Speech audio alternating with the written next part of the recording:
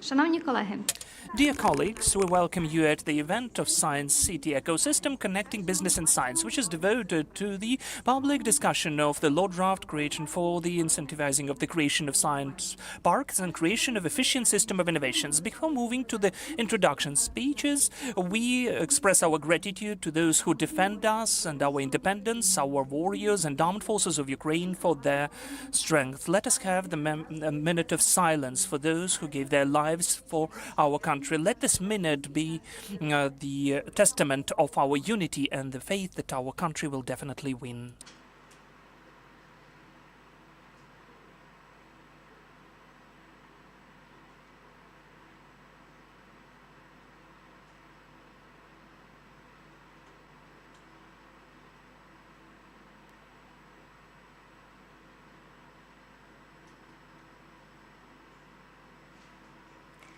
слава захисникам.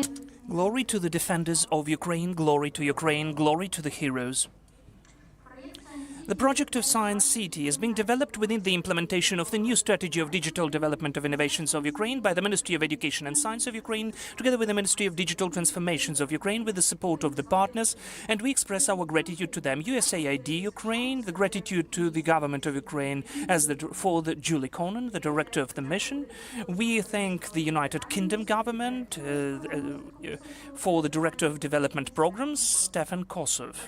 The project support of digital transformation. Gratitude to the Fund of Eurasia, the head of the project, Danilo Movchanov, and the team of professionals. Some of them are present at this event today. The Office of Efficient Regulation of BRDO. The thank to the implementing partner. Дозвольте запросити до слова наших шанованих спікерів. Першим до нас звернеться Михайло Федоров, віце-прем'єр-міністр України з інновацій, розвитку освіти, науки та технологій, міністр цифрової трансформації України. Звернення буде у форматі відеозапису. Вітаю всіх учасників заходу. Інновації – основа економічного зростання та конкурентоспроможності країни. Україна вже демонструє, що здатна бути інноваційною. Ми створюємо передові технології у сфері Defense Tech, досягаємо результатів у цифровізації, розвиваємо стартапи, які отримують міжнародне визнання. Але нам потрібно генерувати більше інновацій, ставати швидшими і технологічнішими. On the draft law are already underway. If you have ideas, suggestions, or a vision of how to make the Science City project even more effective, please join us. Your opinion is important for the formation of an innovative country. We wish you an interesting event, productive discussions, and important decisions. Glory to Ukraine.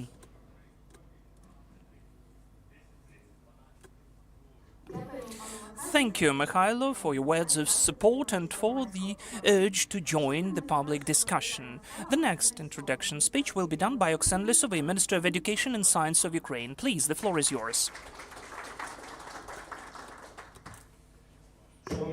Esteemed friends, I welcome you at this event. I am so grateful that you were able to join us today at this event. This is one of the events which in fact is created to drive attention to the initiative which we, together with our partners, together with some of the activists and academic activists, the representatives of higher education, MPs, vice prime ministers, deputy prime ministers, we've initiated that together for the development of academic sphere in Ukraine. It is one of the steps, as I've mentioned. I don't mean the today's event only, but the initiative of the law draft of Science City, which is created to achieve the objective for the sake of which we are paying the price which we described in the beginning of this event, for the sake of what we are fighting, our independence, standing for our country, so that it could be well-developed, innovative, so that it wouldn't be just a raw material appendix, so that it could have equal future with the most developed countries of the world. It would be impossible without the well-developed scientific and academic sphere. Undoubtedly, we all understand that, and the actions which are created for the reforming of this branch of this sphere should really achieve the objectives of innovative development. We have two key issues today, and I would like to focus your attention on them. The first one is people. In fact, both issues concern resources. The first is people. the loss of human capital. Moreover, the human capital, which is the most productive from the perspective of scientific research. Both experienced academics, which because of the war had to leave the country and don't have the opportunity, or maybe even staying in the country, they lose the opportunity to deal with scientific research. We know powerful scientific searchers and cities like Kharkiv, Dnipro, Zaporizhia cities, Odessa. They are now suffering because of terrorist attacks, and undoubtedly science activities is harder and harder to conduct there. But also the outflow of human capital, of the brains, brain drain, which is well known. It's also the issue about the experienced scientifics and academic youth, potentially academic youth, which would be potentially capable, cool young people who unfortunately are cut out of our academic environment and are integrated into the European or American world community. That is a huge risk, and without shaping the environment which would look attractive for this youth, for these people, we are risking to lose this resource, which is the most valuable human resource, forever. We cannot afford that. The second issue which we face is undoubtedly the resource issue as well, that is finance. Funding. We know that approximately 0.9% of GDP is needed so that the science would be developing in Ukraine, so that it at least had the opportunity for the full-scale activity. If the percentage of funding is going down to 0.3%, it already plays a kind of decorative function, a kind of social, cultural function only. And it is not what we'd like to have in science. It's not what can lead us to the development of us as a country, an innovative country with powerful economy and a full-fledged player at the map of the world science. Today in 2022, by the way, we had 0.33%, even if we consider all of the special funds. If I'm not mistaken, I am considering special funds. 0.33% of GDP were invested into science. As of today, in 2024, we have 0.17%, which is critically not enough. And we are approaching to the bottom, honestly speaking. We need to create conditions so that we should bounce back from the bottom and should develop to compensate whatever we've lost already. We know that the world experience is showing the most development academic innovative countries like Israel, which has 5+% of GDP spent, Korea 4.7% of GDP, the United States of America 3.6, if I'm not mistaken, percent of GDP are invested into science. And of course, it's not only from budget. Those are the money of the investors, the businesses, which are investing into scientific researchers. And we can say the same about European countries, a very high percentage of GDP as well, and the economy, of course, which is interconnected. So, looking at the initiatives which we conduct for the development of science, among which we can see the tool which we're introducing today, a kind of an external tool for the efficiency assessment of academic activity, which is well known as the new methodology of certification and assessment, which is important, in fact, which will lead to the growth of Ukrainian science. I would like to remark here, about several months ago we had an opportunity, together with the President of Ukraine, Volodymyr Zelensky, to have a dialogue about the development of science. We visited Sumy city, one of the universities, and we were discussing the amount of funding of science. We were discussing that it needs to be increased, and his position was definite. Definitely it should be increased, at least doubled. We need to find the opportunities to increase funding, at least doubling the funding. On the other hand, we understand that we need to invest into the most efficient, the most productive, the forces which give us the best outcome. So this is the methodology which I mentioned above. It is created to have the outcome this year, to invest the scarce money which we have, about 1/4 billion hryvnia, for the increase of funding in science. So we will definitely fund the institutions which will get the highest outcomes during the assessment, and we'll go on with that. Expanding the investments into science, we will use this tool of assessment according to the new methodology to understand who needs investments and who should be the focus of the resources, both internal budget, material resources, as well as the resources of the institutions themselves, weaker institutions maybe, which would need some incentive or impulse for development or better management. But it was just a remark about a different project. Today we are speaking about Science City. Today we are speaking about the acting technical parks, which are working not that bad, in fact, but, as Mikhailo Fedorov said, there are only 5 of them working well. So our task, studying the experience, and we've studied it already, we need to deregulate this sphere in the way so that something could be regulated or deregulated in the way so that our technoparks, all of the acting parks, would work to the full extent. If they are not working, something is wrong with them. And the scientific institutions, together with the businesses, could create new communities or environments for the development of researchers, applied researchers first and foremost. So I urge you to active discussions. We still have 10 days of public discussion, so I hope that we will use these 10 days as much as possible with the use, so that our law draft could be perfect, so that we could take into account all of the aspects. We have the opportunity, you have the opportunity today, the academic community, to make a very nice, to accomplish very nice job, which will help investments into businesses. We have the situation, the current situation, that the war led to colossal investments into technological developments. Billions, dozens, or even hundreds of billions are invested into defense technologies, and the need of these technologies is increasing. I would really like to see the situation when some of these billions could be invested into Ukrainian universities and academic institutions. I would like the Ukrainian universities to be compliant with the request of the businesses and defense sphere, but not only defense sphere, because we have lots of issues in many spheres, and solution of these spheres very often is in the technological part, the technological component.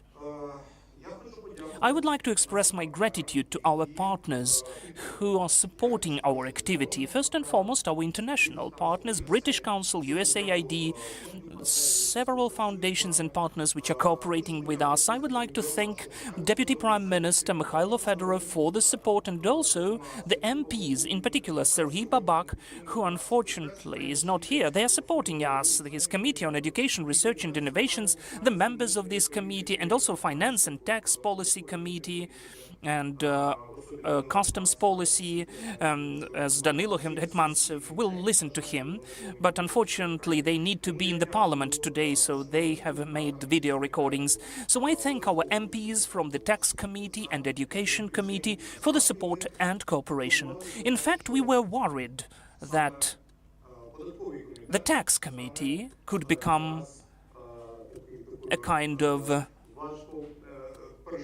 an obstacle which would be difficult to overcome. In fact, no.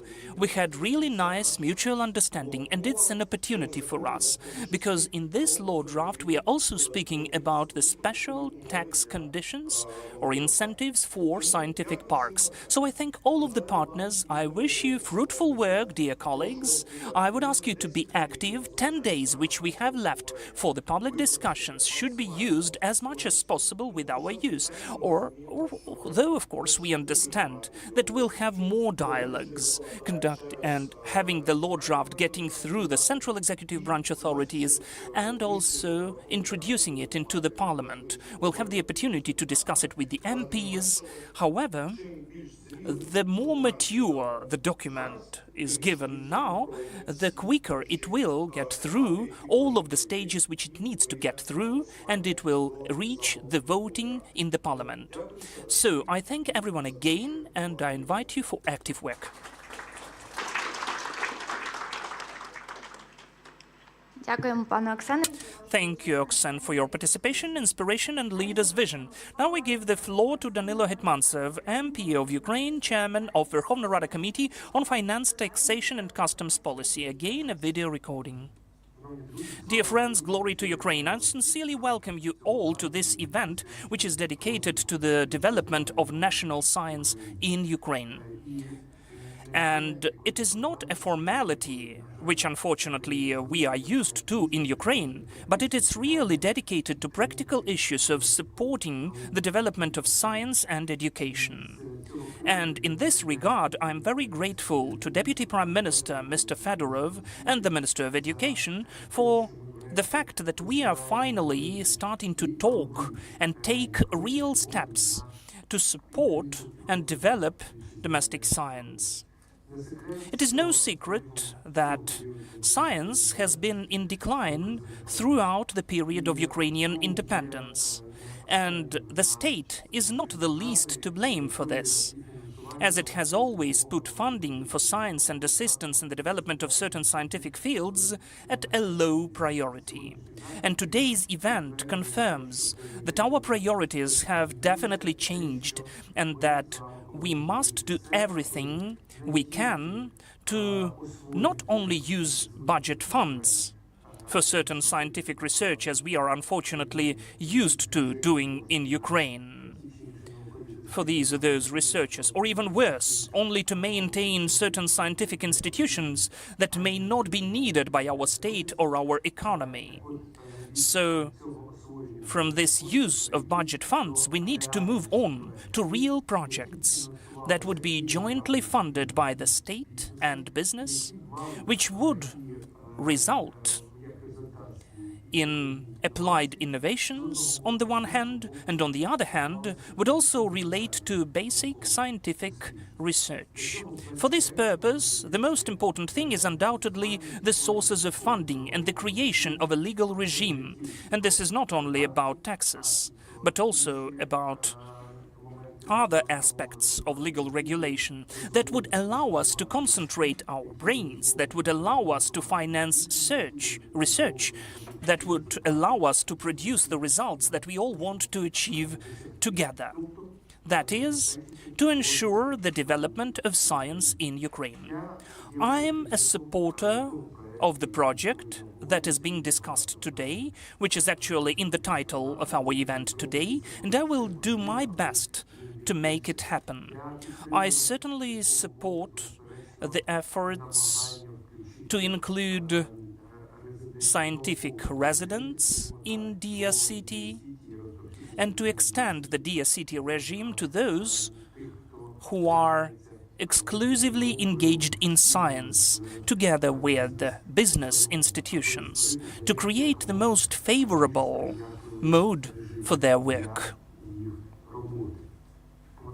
At the same time, of course, the draft law that we are discussing today with the Ministry of Digital Transformation and the Ministry of Education needs to be agreed not only with the committee, but also with the Ministry of Finance and other ministries in the Cabinet of Ministers, so that we do not, say, just abandon the project and bury it in our conversations, so that we come up with a real draft law that would allow it to be passed in Verkhovna Rada, in the Parliament, and then implemented at the level of law enforcement. Therefore, I urge everyone today to exchange views, to develop a basis from which we could build on in the future, so that we can have a normal legislative initiative, and so that we do not forget anything that is so necessary for the scientific industry today.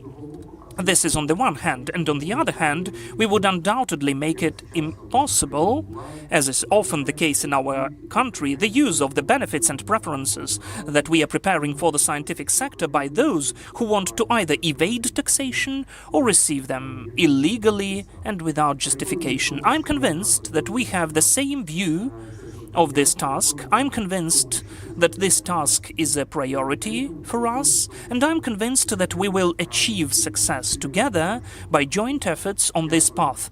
Thank you for the honor of speaking at the opening of your event, and please accept once again my sincere assurances that we will do everything possible to support national science. Thank you.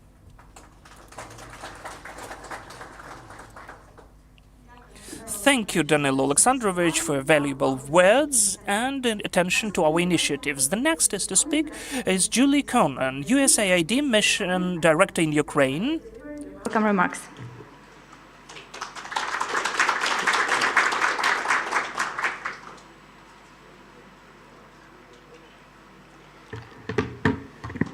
Дякую. Добрий день. It's great to be here with all of you today, and I feel so honored to be here with these panelists on both sides. Minister Lasovi from the Ministry of Education. I just look forward to hearing the results of this super important conversation. Your leadership, all of you, and your vision and your collaboration have brought the concept of Science City to this moment, and I recognize all of the hard work that has gone into this effort.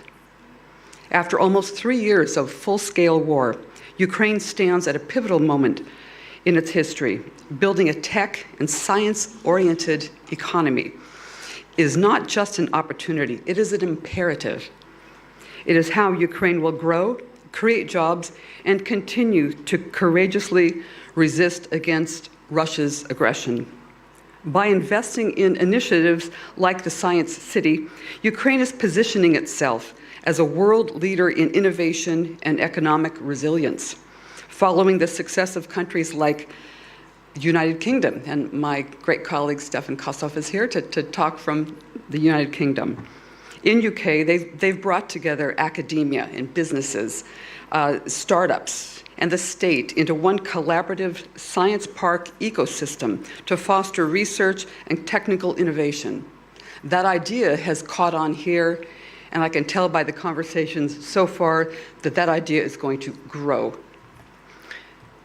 Speaking on behalf of the United States, through USAID and our digital transformation activity, I will say that we're standing with you to advance this vision in Ukraine.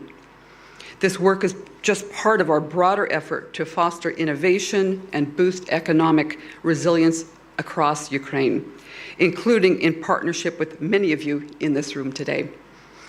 For example, through our partnership, DIA.City has been able to register nearly 1,500 businesses, providing a legal and tax framework that enables Ukrainian tech companies to thrive. And another of our partners, the DIA.Business Center at Taras Shevchenko National University, has helped up to, or more than, 5,500 up-and-coming business leaders to develop the capabilities to startup creation, digital skills, leadership that they need to drive Ukraine's economy forward. I want to tell you also about one of our specific investments that exemplifies the kind of success that the cross-sector collaboration Science City will build. As part of our work to expand technical skills and inclusive participation in Ukraine's machine engineering sector, USAID has helped to develop a robotics laboratory at this tech startup school at Lviv Polytechnic National University. By providing advanced equipment for lab, robotic arms to collaborative robots, we're enabling the next generation of Ukrainians to gain hands-on experience in engineering and robotics and helping students acquire skills that are high in demand in industries like automation and robotics. This allows students to apply theoretical knowledge to real-world applications and scenarios, enhancing their problem-solving abilities and technical proficiency. This practical experience makes them more competitive in the job market and equips them with the kind of skills that are directly aligned with the needs of future industries, ensuring that they are well prepared for the demands of a very fast-changing global economy. But the laboratory is not just a teaching tool. It enables the university to build partnerships with Ukrainian businesses and the Ukrainian government, the idea that we've been talking about. It creates opportunities for students to work on real-world projects and strengthen the university's collaboration with the private sector. 500 students, both young men and young women, are currently working with this robotics equipment. And that is the impact of just one laboratory in one university. The potential impact of the Science.City initiative on Ukraine's future is indeed enormous. By broadening partnerships and streamlining processes, Science.City will attract private sector investments, establish regional innovation centers, and increase scientists' incomes, helping Ukraine to achieve the ambitious goals in its Win-Win 2030 strategy. I commend our Ukrainian partners for your vision and commitment to accelerating the transition to a knowledge-based economy here in Ukraine. USAID is your partner in these investments, and together we will create high-value jobs, attract investment, and drive GDP growth, all essential for Ukraine's recovery and global leadership, while simultaneously contributing to the global scientific community. So I'm very excited to see where this journey will take us, and I wish you luck in these conversations. Slava Ukraini.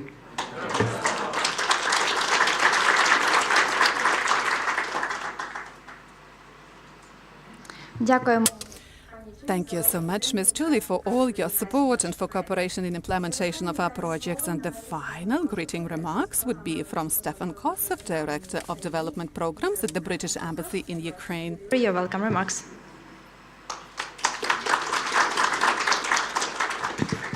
Дякую, добрий день. Thank you. Hello.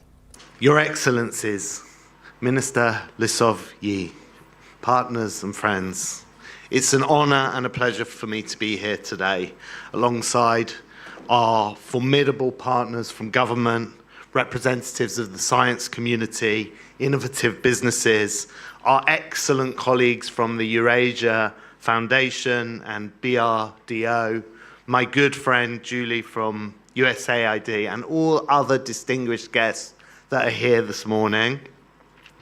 Following yet another night of relentless, indiscriminate attacks from Russia, it's heartwarming to see so many of you here today. And it's a reminder once again that we will not be intimidated and we will not be deflected from our task in preparing for a better and brighter future for Ukraine and all of its citizens. And it has to be said, despite almost 3 years of ongoing brutal war and all the many challenges that has been created for this country from that, I continue to be both impressed, amazed, and humbled by Ukraine's incredible ingenuity and creativity with this initiative that we're discussing today on science parks being yet another shining example of that. As we've heard from the speakers so far, Ukraine's economy now more than ever needs bold and innovative approaches based on science like this to underpin its long-term development and bolster its resilience. And I'm really, really proud that through the joint support of the US and the UK, through our digital transformation activity, that we've been able to help with the development of the concept of the Science City and all the underpinning legislation required to get the concept off the ground. It's really exciting, and also to underline that the Science City idea is not just an isolated endeavour. In fact, it's a core component of government of Ukraine's innovation strategy, which was also announced earlier this week. And I'm again delighted that the UK was able to support the development of that strategy through our Good Governance Fund. And I'm particularly pleased to see that the government is moving so fast with the implementation of that strategy, with this event today being just one example of that. We really look forward to seeing the Science City legislation being ratified by the Parliament, following all the necessary consultations like the important one that you are having today. It's desperately needed, as the Minister said. We also need to get the financing behind it, as the Minister underline, because there's no doubt that these ventures have the potential to play a really, really significant role in fostering innovation in Ukraine and supporting the country's recovery and growth. And as Julie was saying, we've seen this in the UK, where science parks play a crucial role in connecting business and science as part of a single connected ecosystem. We have over 150 science parks in the UK that draw in all the talent from our best universities, attract investments from the private sector, and contribute to the wider health of the economy. And for example, just one of these science parks that is located in the south of England in a city called Southampton contributed over £4 billion to the UK economy over just 2 years in 2020-21. So that's an illustration of the kind of potential that science parks can and do deliver. But what can science parks do for Ukraine? I see 4 key things. First and foremost, they serve as effective platforms for bringing together the expertise from the science community, from business and from government. And in this way, they help facilitate the rapid transformation of scientific ideas into practical solutions and business opportunities, shortening the pathway from research to market implementation. Secondly, they play a really crucial role in enhancing the capacity of higher education institutions and research organisations, creating opportunities for joint research and strengthening the role of universities as innovation hubs. And in so doing, they help foster the development of a skilled workforce that is critical for the needs of a modern economy. And as the Minister was saying in his introduction, the kind of workforce that Ukraine now desperately needs. Thirdly, science parks can help integrate Ukraine into the global high-tech market and attract international investment for collaborative projects. They can support the growth of local startups by attracting venture capital for innovation and those kinds of projects. And lastly, science parks can play a pivotal role in strengthening Ukraine's defence and industrial capabilities, helping ensure the country's long-term security and resilience. They provide a platform for the development of cutting-edge defence technologies such as UAVs, electronic warfare systems and other innovations critical for countering Russian aggression, and collaboration between research institutions and defence enterprises can accelerate the development and the deployment of these critical technologies. And I must say, I was delighted to see at first hand the potential in that particular area when I recently paid a visit to the Kyiv Aviation Institute, where the UK is also contributing directly to the development of a science park there. For Ukraine in particular, science parks can help to leave behind the Soviet legacy and the disconnect, which I think has existed for some time between teaching, research, and business. We really expect and hope to see them helping unleash the creativity of Ukrainian inventors, facilitating new collaborations, and tapping into the full potential of the Ukrainian innovation ecosystem. All in all, the potential is really huge, as a number of speakers have already mentioned. But if Ukraine gets this right, we estimate that science parks of themselves could deliver billions of hryvnias in increased turnover for business, enhanced revenues for universities themselves, and of course tax receipts for the Ministry of Finance. So a genuine win-win-win, in other words. And in summary, it goes without saying that supporting Science Park aligns very closely with our UK mission in Ukraine and our commitment to promote Ukraine's economic resilience during wartime and recovery thereafter, and to showcase a shared vision of a prosperous, innovative and resilient Ukraine. So I just really want to join my US colleagues in wishing you every success in this venture, and we all look forward to seeing the impressive results flowering in the years to come. So Dyakuyu and Slava Ukraini. Thank you, glory to Ukraine.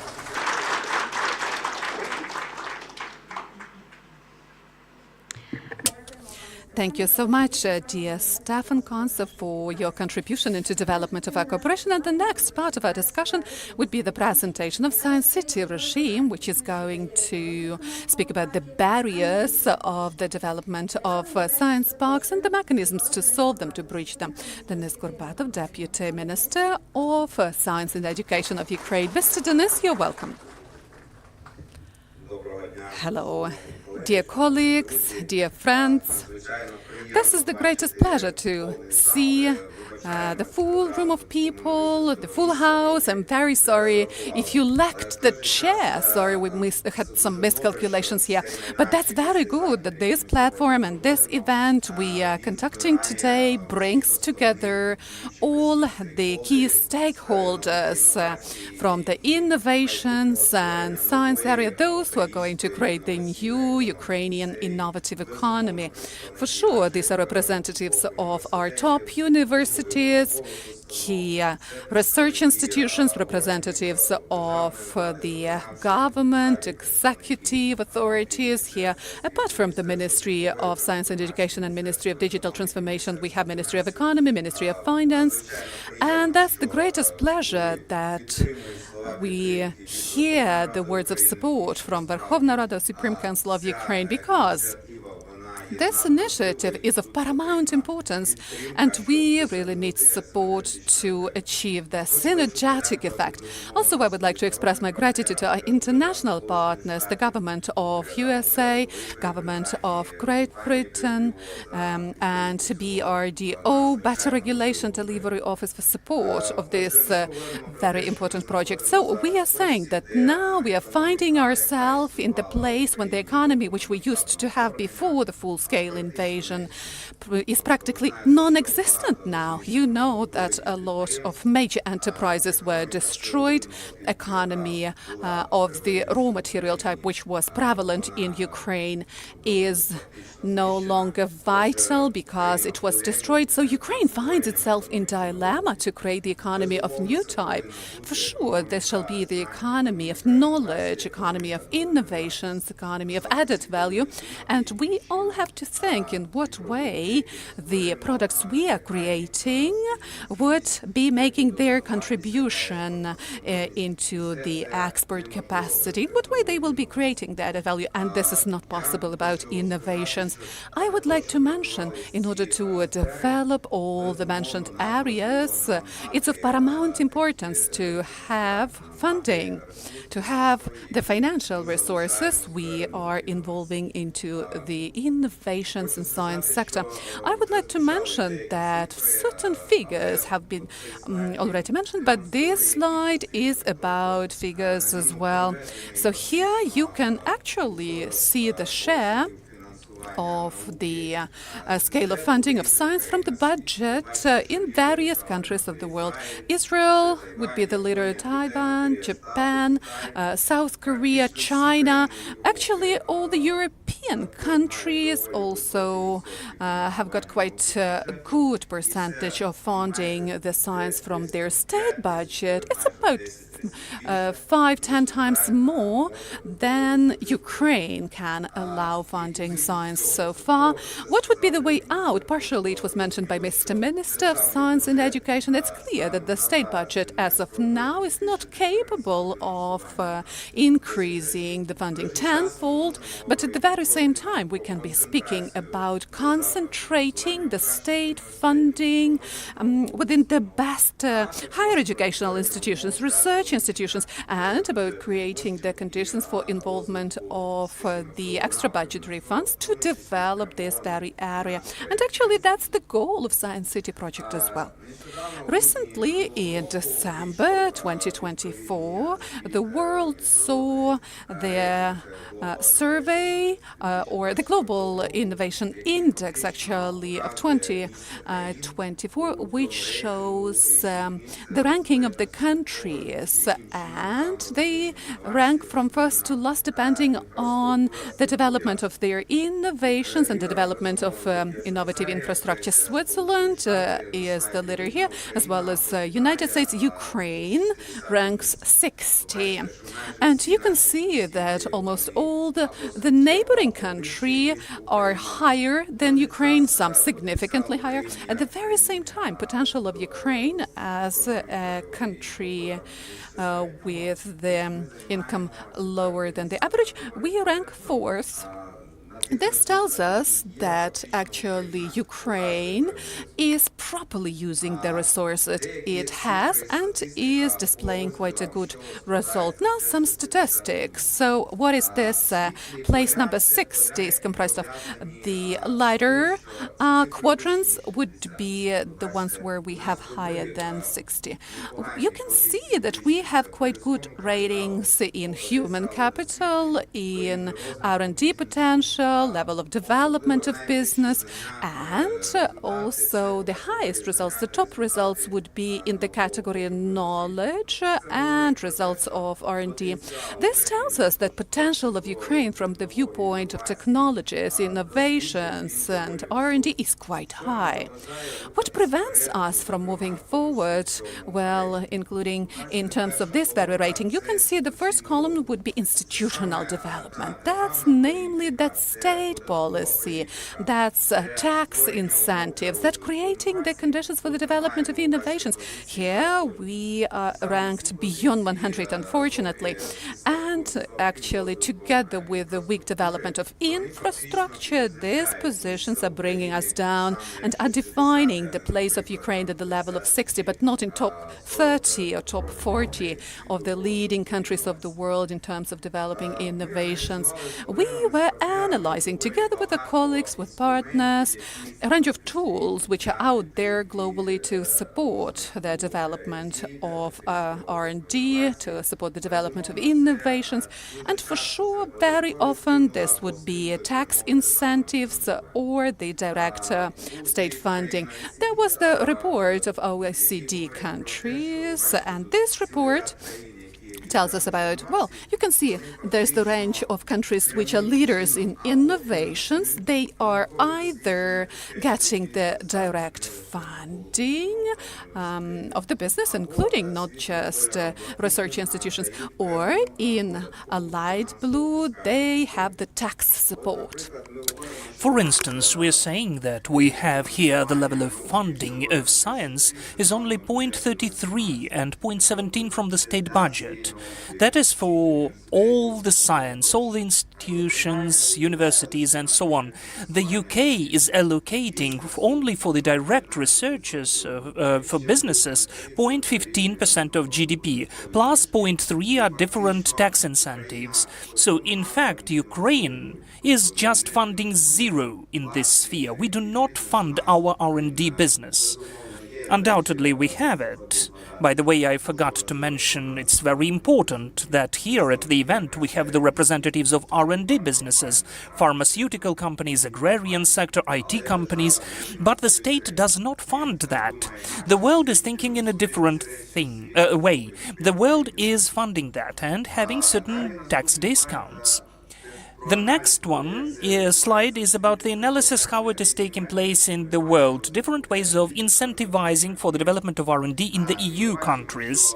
And we can see that there was a certain survey conducted for 3 years, the survey of R&D exactly. And we can see here, if we look at the categories of mechanisms of support which exist in the EU countries, again, those are either tax credits or tax deduction or allowances, the points which are connected with that. So we may say that our project of Science City, which we are presenting today, is not just some idea which emerged only in Ukraine and only in the Ministry of Education.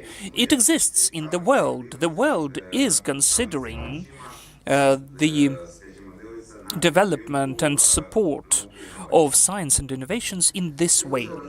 What's also important is this slide, which tells us about what were the years and when different countries began the support of R&D sector in direct financial support or using tax incentives. We can see that all of the leading countries, we can see Australia, Canada, Norway, Spain, United Kingdom, during different years, mostly it took place after 2010, they were actively trying to use the mechanisms of fiscal support. For instance, such country as Norway, as you can see here, in fact is a leader. 80% of all the support of small and medium enterprises of R&D is used by them as tax discounts or incentives. So which conclusions we can make looking at this analysis, which in fact I mentioned above? They are presented at the slide. Undoubtedly, the efficiency of tax incentives and also the use of different incentives, tax incentives for different types of companies, small, medium, bigger businesses. That is also about the intercorrection between the direct funding of scientific research and the use of tax incentives, and it shows the efficiency of direct tax support for the development of science. The countries which are creating this support, which are conducting this support and understand the importance of the development of science and their influence into economy, they are using different mechanisms of incentivization, mostly fiscal ones. Now let us come back to Ukraine. Which issues exist in Ukraine? Well, I think all of you know about them, but still I can't help dwelling on that. Definitely, that is overregulation. Overregulation of activity can be different types of licenses or permits you need to get. A huge issue is also fiscal pressure. If the university or a scientific state institution is conducting a certain project as a commission of the business, the amount of taxes which they pay is 70+%. So the majority of the funds mostly are brought back to the state, though this is the money mostly is not of budget or of state budget nature, so it does not incentivize universities and scientific institutions to invest, to take money, attract money into the universities and to deal with science, which should play an applied role. The outflow of intellectual capital. You can see the graph that, in fact, during the last 10 years, the number of researchers per 1 million of population has decreased more than twice. A complicated and lengthy process of procurement. You know that scientific institutions and universities are the state ones. They conduct procurement through certain state systems, public systems like Prozoro, which makes the process too long, which delays it or makes it a bit not relevant. Very often it leads to the situation that the universities are forced to work either with the raw material and or not to conduct any researches because they don't have enough time to procure quickly the high-quality materials and equipment. And about obsolete material, technical base and infrastructure, I will not delve deeper into that. We all know that. We know that many laboratories have installed the equipment of the 70s, the 80s, and in the best case scenario, the beginning of the early 90s. The issue connected with scientific parks as of today, as it was mentioned, we have 37 of them, 5 of them are more or less active, and 1 of them is successful. Only one. One of the issues that the indicators of science parks are not considered in the indicators of activity of universities and scientific institutions. So the management administration of the universities is not interested in the efficient work of the park. We've found out, identified this issue, and this is what also deters the development. The lack of real mechanisms of rent of property, which is temporarily not used. We know that we can see the demography, the number of students is decreasing, the square meters are becoming not used, they are not used anymore, so it would be logical to provide these spaces for the development of researches and innovations. Low indicators of commercializations of developments. We know that the number of contracts for the licenses, in fact, is measured in the country maybe by dozens or maybe even by separate ones. For the universities and academic institutions, unfortunately, it's not the main type of activity, and this is done in the other way, in a different way in the world. Let me tell you a bit what is the way of the researcher in the development of R&Ds in the university. About 7 to 10% of master's graduates are getting to the next level, but more or less 7 to 8,000 people. Out of them, 70% of the graduates, those who have had the postgraduate studies, they stay in the university, they are employed there, and 20% of them move to the knowledge business, the team and tech, which are developing actively and creating their own companies. It is totally the opposite in the world. The universities in the world countries are not preparing stuff for themselves.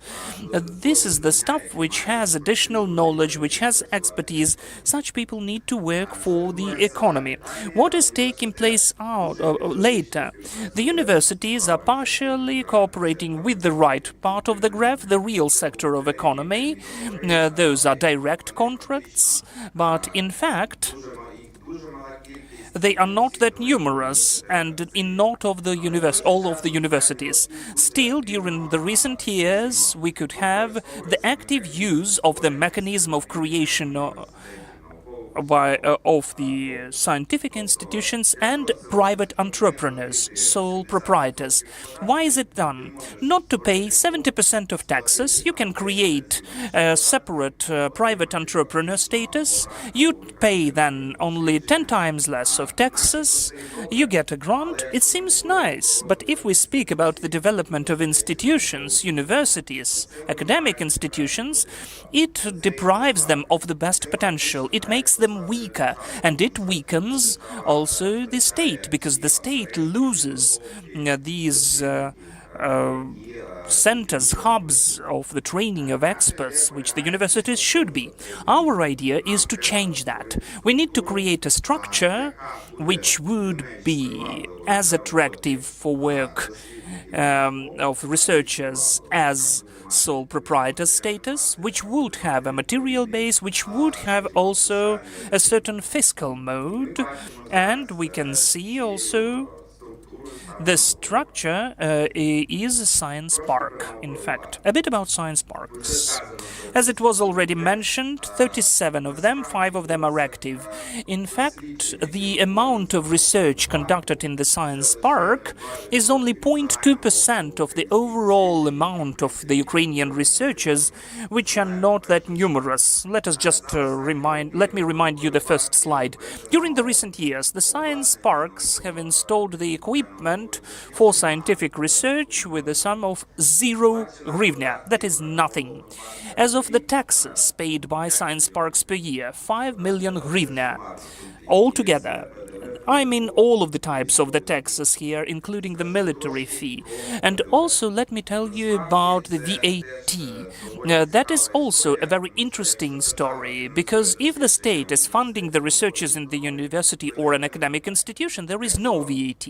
But if we find a business which tells us, okay, we would like to fund this development, and the state says no, you should pay additionally 20% of VAT. For the state, on the one hand, it's good, but in fact, the amount of all of the paid VAT by the universities and academic institutions is 40 million hryvnia, 37 something. So it is 8,000th of all of the VAT paid in the country. So when we cancel this kind of tax, it will not mean anything for the state. It will not influence, because 40 million, which is 8,000th in the trillion budget, is almost zero. Which components of Science City concept we foresee now? This is the main, in fact, schematic image of how we can see that and how it should work. So we have the budget institution, we have the law on science parks. According to this law, together with the businesses, private partners, the university can create a separate enterprise. In the West, they say it's a spin-off company, which looks like the limited liability company, LLC, which is the science park. According to certain requirements, which are very severe or harsh, the science park can get them. It can get into the mode or regime of Dia City and use all of the discounts which this regime is using or offering. What are those discounts? In the regime of Dia City, we have 5% of the tax. We also, as it was already the personal income tax, the tax for which is the military tax is increased for everyone. But still we have one of the severe conditions, that is requirements for remuneration. We all say that the scientists and academics and researchers in the country get low salaries. That's true. According to our calculations, the average income level of an academic is 12,000 hryvnia. That is really a very low sum of money. But in the law on academic activity, we have the norm that the salary of the junior scientific fellow should be approximately 35,000 hryvnia. So we are saying that to be introduced into the conditions of Dia City regime, one of the conditions should be to provide the proper salary, 600 euro plus, with further increases. Speaking about Science City, I already mentioned about zero VAT, about zero fees, and about the zero fees for the transfer of equipment for the use by the science parks. This is the main framework, what is offered by Science City mode or regime. Let me tell you a bit about salaries. I started with that. We were speaking about private entrepreneurs' statuses, whether it is profitable to conduct certain works through the university, through sole proprietor status, or what we offer with the use of this mode.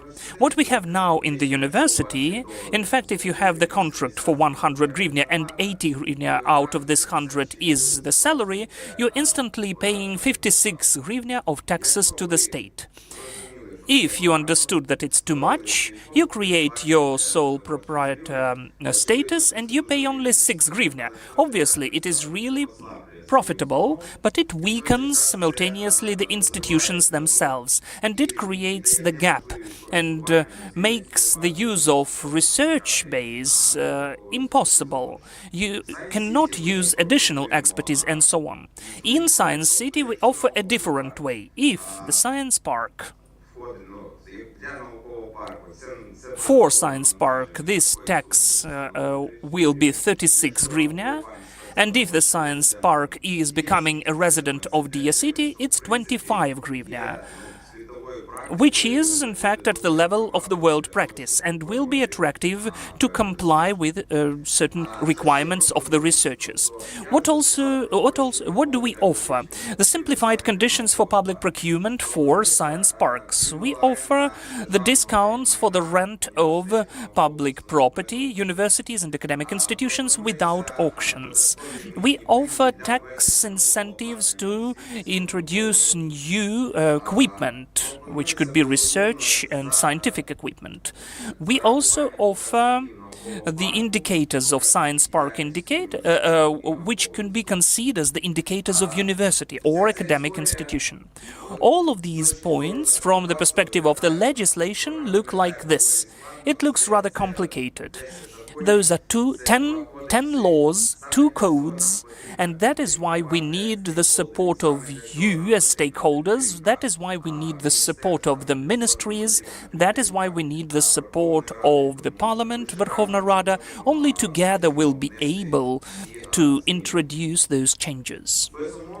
Undoubtedly, there are certain processes which can help us safeguard the process. We don't want to create any additional corrupt opportunities in the development of innovations. The law draft itself foresees some of those safeguards.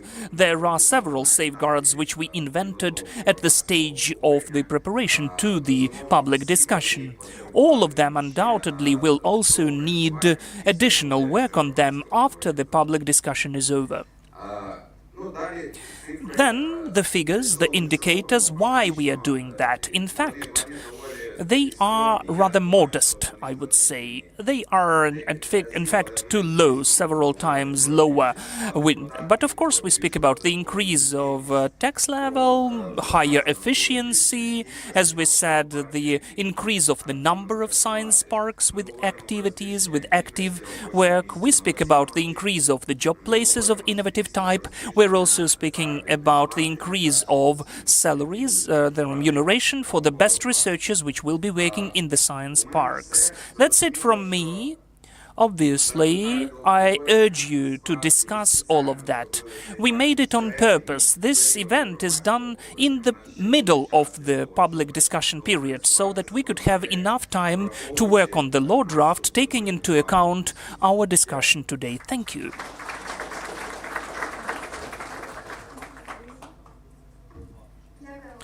Thank you, Denis, for such a substantial presentation. Before moving to the discussion, we thank Mr. Minister for your participation. We know that your schedule is saturated, so we thank you that you joined us today. Thank you. And then we are going on with our agenda, and let us move to the discussion of Science City regime, which will take place as a round table. Our today's discussion will be focused on the 3 key issues. First of all, stimulating R&D on the basis of higher education institutions, stimulating the involvement of private capital in R&D through science parks, and tax incentives for R&D development within science parks and the sphere of science according to their work. For the discussion of these important topics, we invited a wider circle of experts who represent state authority, businesses and international institutions. Let me introduce our participants of the roundtable. Alexander Bornyakov, Deputy Minister of Digital Transformation of Ukraine. Denis Kurbatov, Deputy Minister of Education and Science of Ukraine. Chris Watson, CEO of Greenfield Investments, and he will join us online. Greg Garris, CEO of Omega Group, who will also join us online. Ludmila Kryzhanovska, the head of the investment fund at Promprilat, she is online as well. Anastas Boyko, deputy head of the project Support of Digital Transformation of Ukraine. Oleksiy Dorohany, Executive Director of the Office of Efficient Regulation. Timofey Milovanov, the President of Kyiv School of Economy. Olha Budnik, Advisor and an authorized person of the President of Ukraine on the Fund of the President of Ukraine on support of education, science and sports. Nazar Podolchak, Director of the Science Park City, the National University of Lviv Polytechnic. Ksenia Semenova, Acting Rector of the Kyiv Aviation Institute, Valentin Chebanov, First Deputy Chairman of the Board of Directors of the Scientific and Technological Complex Institute of Single Crystals of the National Academy of Science of Ukraine, the head of the faculty at the university named after Vasil Karazin, Mikhailo Tukalo, Director of the Institute of Molecular Biology and Genetics of the National Academy of Sciences of Ukraine, Dmytro Derkach, CEO of the group of companies and Director General of Uria Farm. We are sure that today's discussion will be fruitful and constructive, and its outcomes will help us form an efficient regime of DSCT. We invite all of the participants to be active in the discussion and share their ideas. The online participants, please write your questions into the chat of the broadcast, and we'll definitely let our speakers know about them. Please mention the name and who you would like to answer your question, and if you'd like to ask this question to someone exactly. And after this roundtable, we'll have the Q&A session to mention your opinions for our speakers. We'll pose our questions to the speakers. Every question will foresee the answer of 2 or 3 esteemed participants of the roundtable, and I will give the floor to you. So let us begin with the questions how the private-public partnership can strengthen different objectives of private companies focused on revenue and public institutions focused on their own development, how it can be balanced and influence the society. The first question is Timofey Milovanov, Alexander Bornyak and Denis Kurbatov. Timofey, please. Thank you so much. I have a comment, in fact, first. I will try to, so that it could be interesting. Do you hear me better? Okay. So I think it's so important. Let me zoom out, because I have the opportunity to say something what other people will not say. And I have the strategy of disruption. So that is why I act like that. So you see, we are at war. And we are losing in this war. This is how it is perceived by our foreign partners, in particular by the United States of America. It is dangerous for us, in spite of the real situation. How are we assessed by others? We are assessed that from the economic point of view, we are in the best position than Russia. And it is good news for us. But in the military part, we are in the worse position than Russia. Why? Because it is bigger.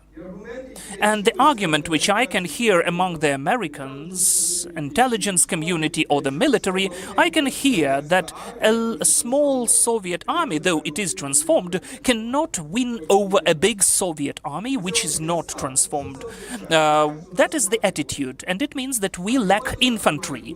And we don't have infantry because people are dying. And people are dying because we don't have that many people as Russia can afford itself. And the only solution for that is robots. And robots need innovations. So we came back to science in Ukraine. If we do not have serious attitude towards the saturation of our R&D on science with the capacities to work for the army, today and during the next 10 years, then Ukraine may never exist in 10 years how we know it. Because when and if we have certain truce or peace, it is not guaranteed that we'll have the same security guarantees we'd like to get. For instance, to have NATO or European troops here, or we would be flooded with weapons. There is no guarantee that Trump or any other administration will agree to such guarantees. It's not the guarantee that Russia will agree for that and will not go on fighting. So it means that we need to rely upon ourselves. It means that not only now, but in 10 years, we need to have a strong technological army, and that we need our own science. The budget should be spent for our science so that the capacity could be here and dependent on us.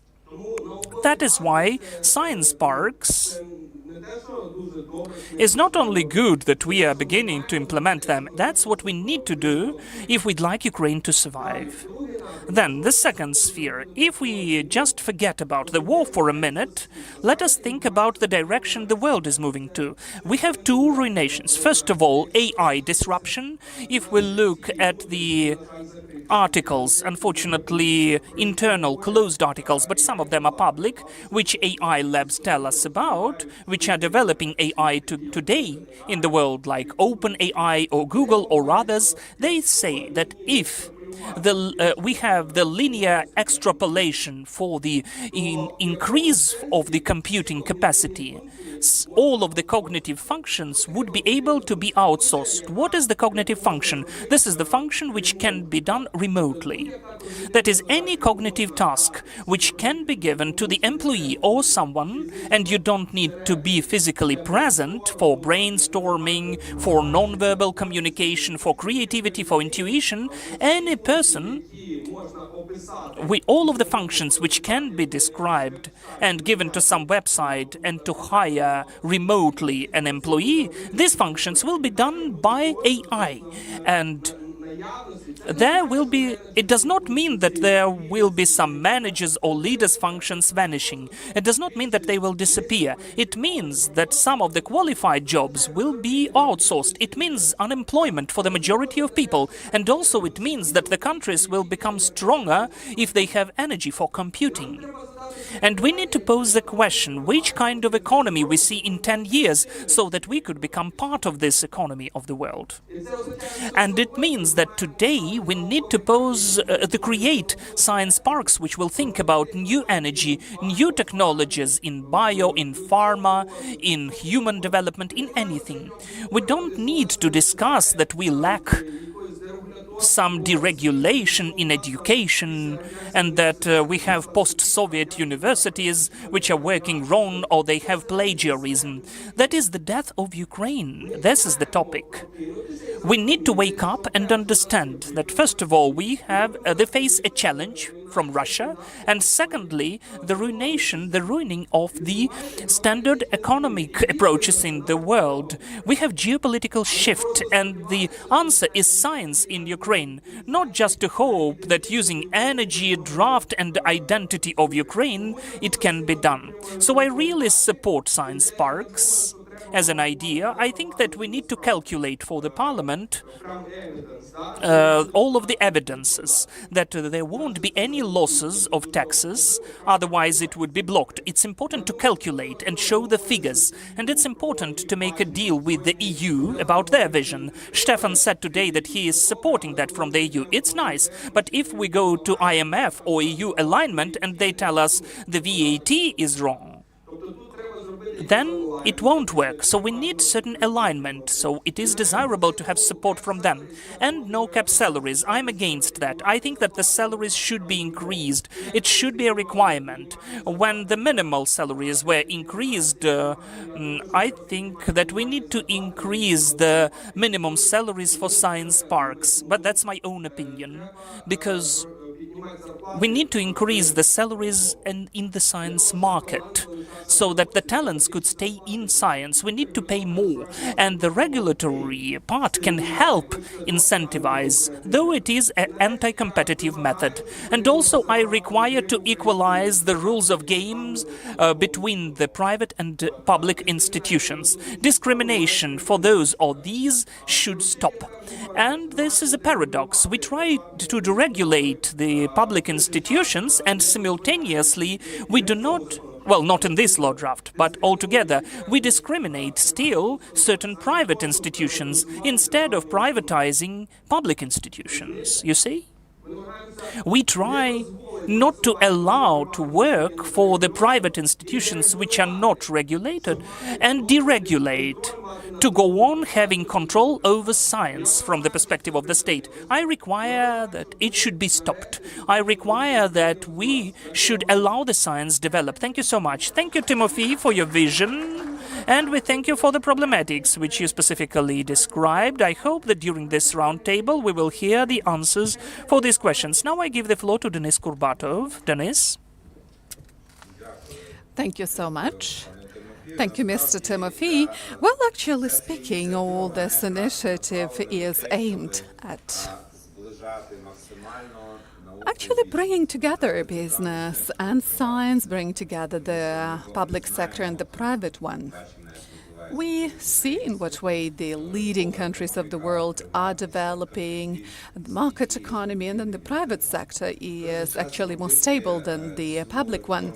And implementing this reform for all the universities and for all the research institutions, rather than work through science parks, it's not a very viable initiative, which is why we are trying to create spin-off companies. This was a good question, whether private universities are involved, leading private universities are involved into this initiative. For sure, yes. The draft law stipulates that these universities can also create their own science parks, their spin-off companies, and work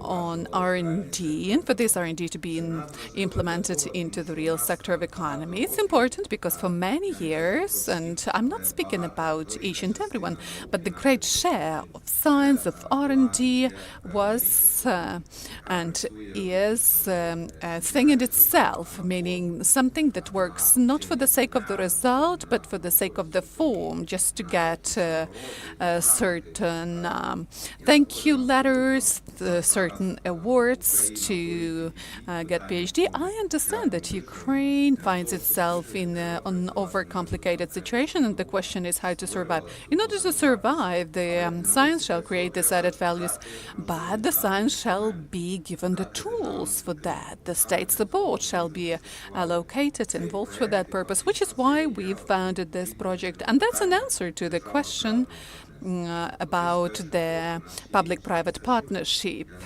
And I'm not going to go into more details, but we believe that's of paramount importance now.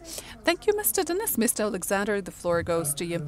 Sure, greetings to everyone. You know, I really agree with Mr. Timothy in a lot of his opinions. We really have this attempt to control the science by the state, and it's being done through these obsolete methods and approaches which have been there for dozens of years, and somehow it is perceived as a norm.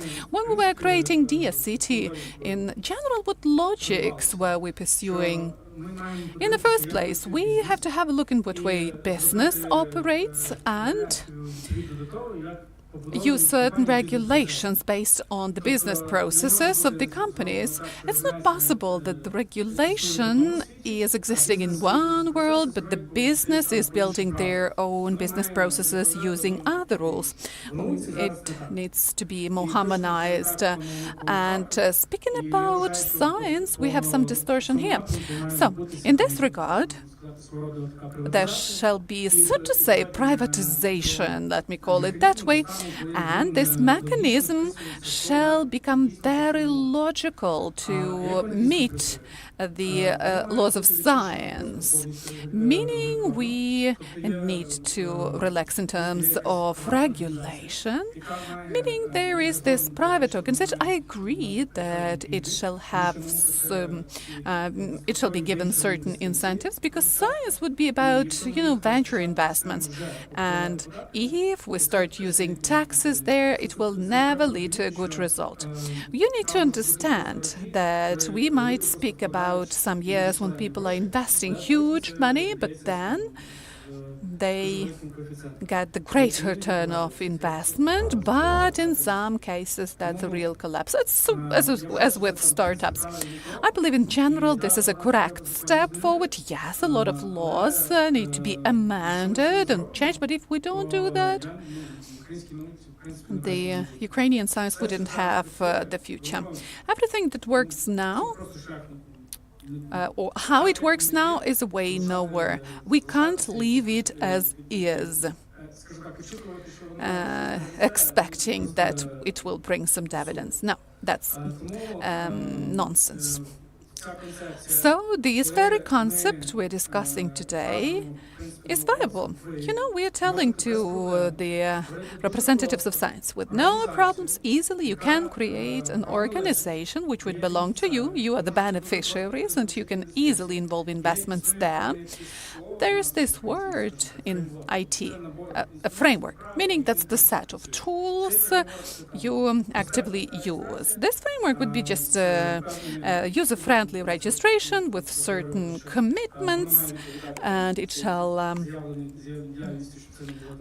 comply with the announced activity. This shall really be about science, and it shall be done very quickly, with the transparent conditions. So the complicatedness of this framework would grow with the complicatedness of your activities. Meaning, you've got an idea of some research, etc., but you're just starting. So everything shall be very quick. But if you already have a lot of people, you've got a lot of investments, it might be more complicated to get registered, to get started. Maybe there will be more tax burden, but it's not that these burdens lie on your shoulders at the very beginning. You have to pay hundreds of hryvnias or thousands of hryvnias of taxes. No, that's not a way forward. So I believe that the combination of this, so to say, specific tools for the science. This would be some incentives for procurement of equipment, and then stimulation of this company being good fit for investments. And if they're in DSCT, corporatively, everything will be arranged properly. And to crown it all, I would like to say, the question was about public-private partnership. So, as I see this, it all shall turn into a private initiative. We can have some transition period, and as I see that, I reiterate, the best option of development would be to really have it all in private hands, as they have it in plenty of countries. Usually these are not-for-profit organizations, but they are private. And the final thing to mention, we also plan to add to DSCT. We are working on the concept DSCT Invest. That's creating conditions for simple registration of venture funds in Ukraine. Again, using the very same model I just mentioned, meaning, an example. Speaking about science, unfortunately, the investments are at the very same conditions. For example, you have 10 million euro fund and you have 10 investors. So the complicatedness would be equal to the situation when you have thousands of investors and you've got billions of hryvnias already. How can we speak about venture investments if that's so complicated to register it all and start it all? No, we will create the appropriate conditions which would be user-friendly. For example, general limited partners would be 10 and up to 10 or 20 million euro. Then the framework would be very easy, something you can do even online. And if we combine it with a scientific component, DSCT as a corporatization tool, and this way we are going to have the ecosystem, which would be really viable. This can work. Thank you so much. Private interest is of importance here, but every private interest has got an influence on the societal interest, because it all ends up in development of economy, filling in of the budget, and access to innovative, competitive products. And this is good for the society and citizens. And what's important now would be robotization and saving lives of our people. So right you are, and there is no doubt that the concept of public-private partnership is very important. Thank you for answering this question. And we proceed to another question. In what way can we support trust and transparency between private and public partners in the area of science? And this is the question to Greg Garris, Chris Watson, and Oleksiy Dorogain. So, Chris Watson, please be the first to answer. Well, to start with, I agree with all of the other presenters when they say that Ukraine has a problem with corruption and the remnants of the Soviet-style bureaucracy and regulation. Transparency, clarity, and certainty about the business environment is critical to international investment. I simply would not be here if Ukraine was not facing an existential threat that really threatens the entire world. It's just not rationally profitable in normal circumstances. In March of 22, I arrived in Ukraine with 40 drones and IFAC kits. Since then, we've contributed and facilitated over $3 million in Ukraine in humanitarian aid, drone production, and developed advanced IT software for simplifying document management and reducing the opportunities for corruption.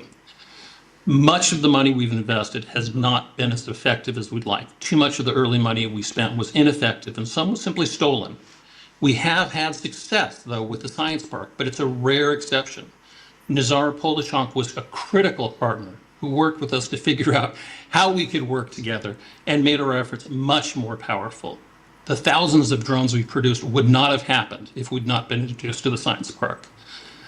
It's hard to do business in Ukraine. We face bureaucracy, corruption, bandits, border issues, tax codes. We've spent so much management time just figuring out how to work with the bureaucracy rather than R&D. And it's important to understand it's easier and more profitable for a smart, non-corrupt person to make money outside of Ukraine. That has to be changed. Improving the Science Park investment regime is a good step into fixing the situation. Specifically, the VAT tax on R&D caused us to reduce our operations. We were already donating and selling drones at cost. Having to pay a 20% VAT on things we donated to the warriors on the front line or sold for less than our cost reduced the what we could supply. And we only discovered this tax at the end of the year. I had very unkind words to say about the Ukrainian tax regime when I discovered that. FOPs. I think FOPs are a trap, specifically.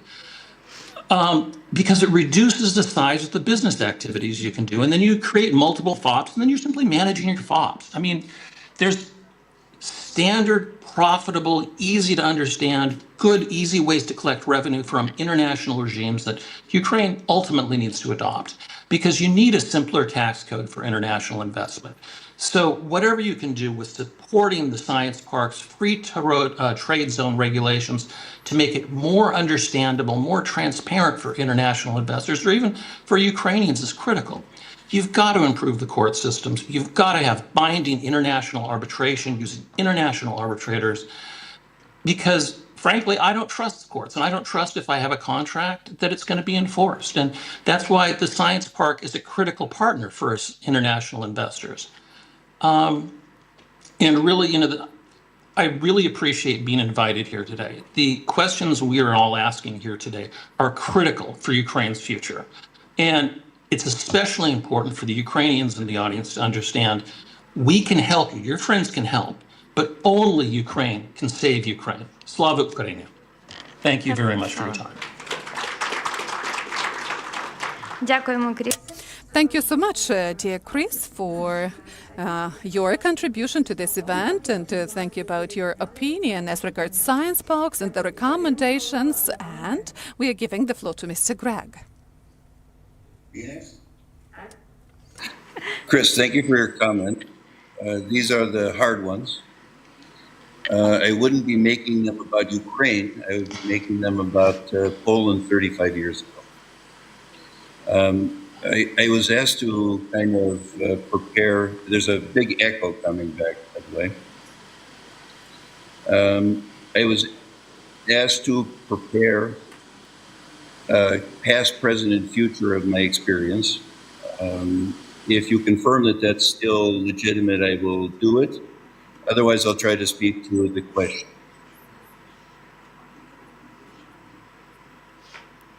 Anybody? Do you want the past, present, and future, or do you want to speak to trust and transparency? Та я думаю, можемо відповісти, хто.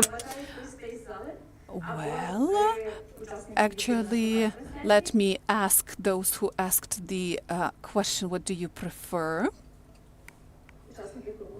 Dear participants of this round table, could you prompt me? Short in the past. I arrived in Poland when the Berlin Wall fell. I had a U.S. government project called the Gift of Democracy. The Senate of Poland had been closed in 1946. It was reopened in 1989, and they needed IT to operate. I went from that to some engagement, compensated engagement, writing the new telecom law. The opportunity in Poland is quite different than the opportunity now in Ukraine. I came from the United States with more than 100 lines of fixed line telephony per capita to Poland that had 7. It was Soviet strategy to prevent the people to communicate with each other. So this was just Disneyland for me, and I spent the last 35 years correcting it. As a result of this ministry level, I was hired by the state operator. We pulled the first fiber optics, and those are my credentials for exclusively doing private business after that. I got to do Pepsi-Cola and Coca-Cola and Pizza Hut and McDonald's at the same time. And those were the early investors. These were the ones that could really operate quite independently, had full kind of onboarding skills in any new country. And the simultaneous issue, to put it in kind of simple terms, was the collaboration between the kleptocrats and the cowboys. I think that part's hopefully over. Poland was a reboot after communism. Ukraine will be a reboot after the war. In this third round in Poland, first it was the setting up the retail opportunity that didn't previously exist. Then it was setting up the commercial office buildings. As the house operator, the telecom partner, I think I invested in $3 billion of foreign direct investments. This was still the cowboys at first, and now it's the bankers and the pension funds, and everything's changed. My experience in Ukraine has been something completely different. I had 40 Ukrainian electricians working for me when the war broke out. To a man, they stood up and went back when the war started. I went to the Orthodox Church in town. I brought 8 Ukrainians home. 5 are still working. I met Yaroslav Klaknik, who introduced me to SoftServe and to the Polytechnic Startup School. And we began that work in 23. On exactly February 24th, Nazar was in my office in Poland, and we opened the Skocin Nowy Front. We formed a joint venture. That joint venture has built to a level of 20 Ukrainians in Lviv, another group in Split in Croatia, and another group in Wrocław, and about 10 Poles who joined them. Our 5 AI engineers are probably the top and most skillful and most creative on planet Earth, in the top 100. We have built software which will correct the kind of platform problem on planet Earth. Civilization has changed from the family level, the individual level. Kids started becoming helpless in COVID everywhere, and they're becoming hopeless teenagers. And I believe with a flow coach, with an icon in Ukraine's colors on every screen of I am to be, is going to correct that on a global scale. Ukraine's role in developing this software is already known in Korea, in America, in France, in Germany. It's the second round of our MPB software. But what we've done in the startup school has almost nothing to do with it except the same name. It is fantastic. It will have millions of subscribers. It will ultimately have a fintech that's developed in Ukraine. And we will do the expert launch on February 24th of this year, 1 year from the startup date of the joint venture. I have had not a single problem in transportation, negotiation, collaboration, delegation with this team led by Yarek and Nazar, and with a platform that has been created by Nazar, that's been led by Yarek. And the results of this, which is intentionally a commercial project, absolutely a private initiative with no public funding involved, will actually change the world. So I can speak to a long history of the development in Poland. It has to start with the government getting out of the way. It has to pass through the unfortunate kleptocracy phase, and it has to go to entrepreneurs supported by adequate funding. I would speak to the first presenter and say you didn't mention the one totally confounding issue in the war, which is simply nuclear. You're the nation, the only nation that gave up nuclear weapons, and the great confounding issue is the evil person who is currently in charge of them in Russia. We're all watching Trump's negotiating tactics. I don't know if threatening to take over Greenland is somehow proving that he's equally crazy. I hope so. I certainly voted for him. I think he's the right solution, and I think he's serious about bringing this war to an end. And then the future of Ukraine will have to recover. In the reboot of Poland was based on euphoria. The West had won. The Cold War was over. Everybody knew Polacks, and certainly in America, the largest Polish city on earth is actually Chicago. There's well-known Ukrainians and very intelligent Ukrainians all over the world, but it doesn't have this very long history. These second-generation families, as we did in America. So there was euphoria, there was a victory, and everybody rushed to join it. Pizza Hut was open in 6 months. The Marriott Hotel was open in a month. In Ukraine, you have to remember that the level of politics got Trump impeached. It can't be more confusing than that. The possibility for a very simple American to imagine the end of the world, if they're a baby boomer, is very easy. We used to hide under our desks to protect ourselves.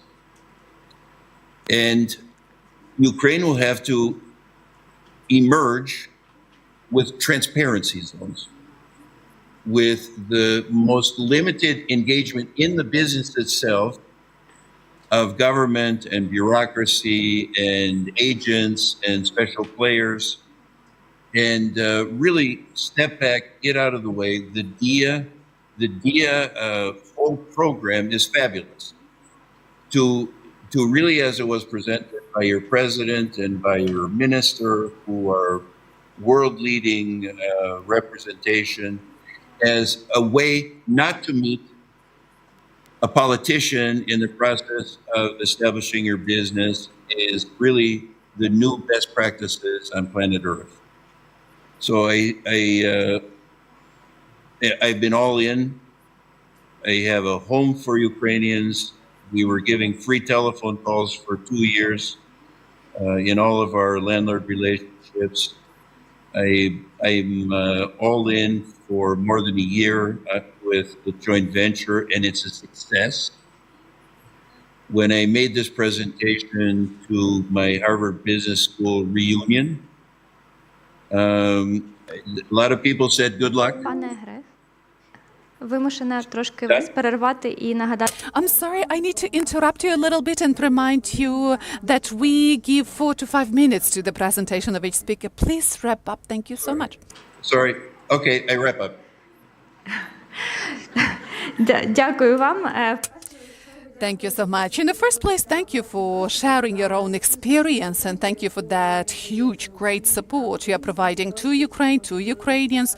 Thank you for sharing the experience about startups with the Polytechnic University. We have this project we are implementing and it's going to be interesting to discuss it in more details with you later. And thank you for recommending us actually building the cooperation between the state and business and science. And thank you so much for your geopolitical vision and support.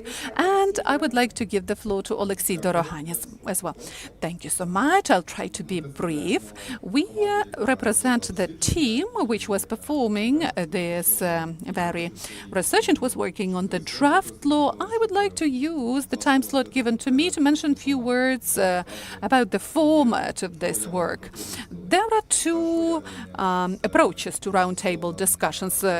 On the first place, that's a well-directed play where everybody is claiming that they support the initiatives the topic of the roundtable is dedicated to.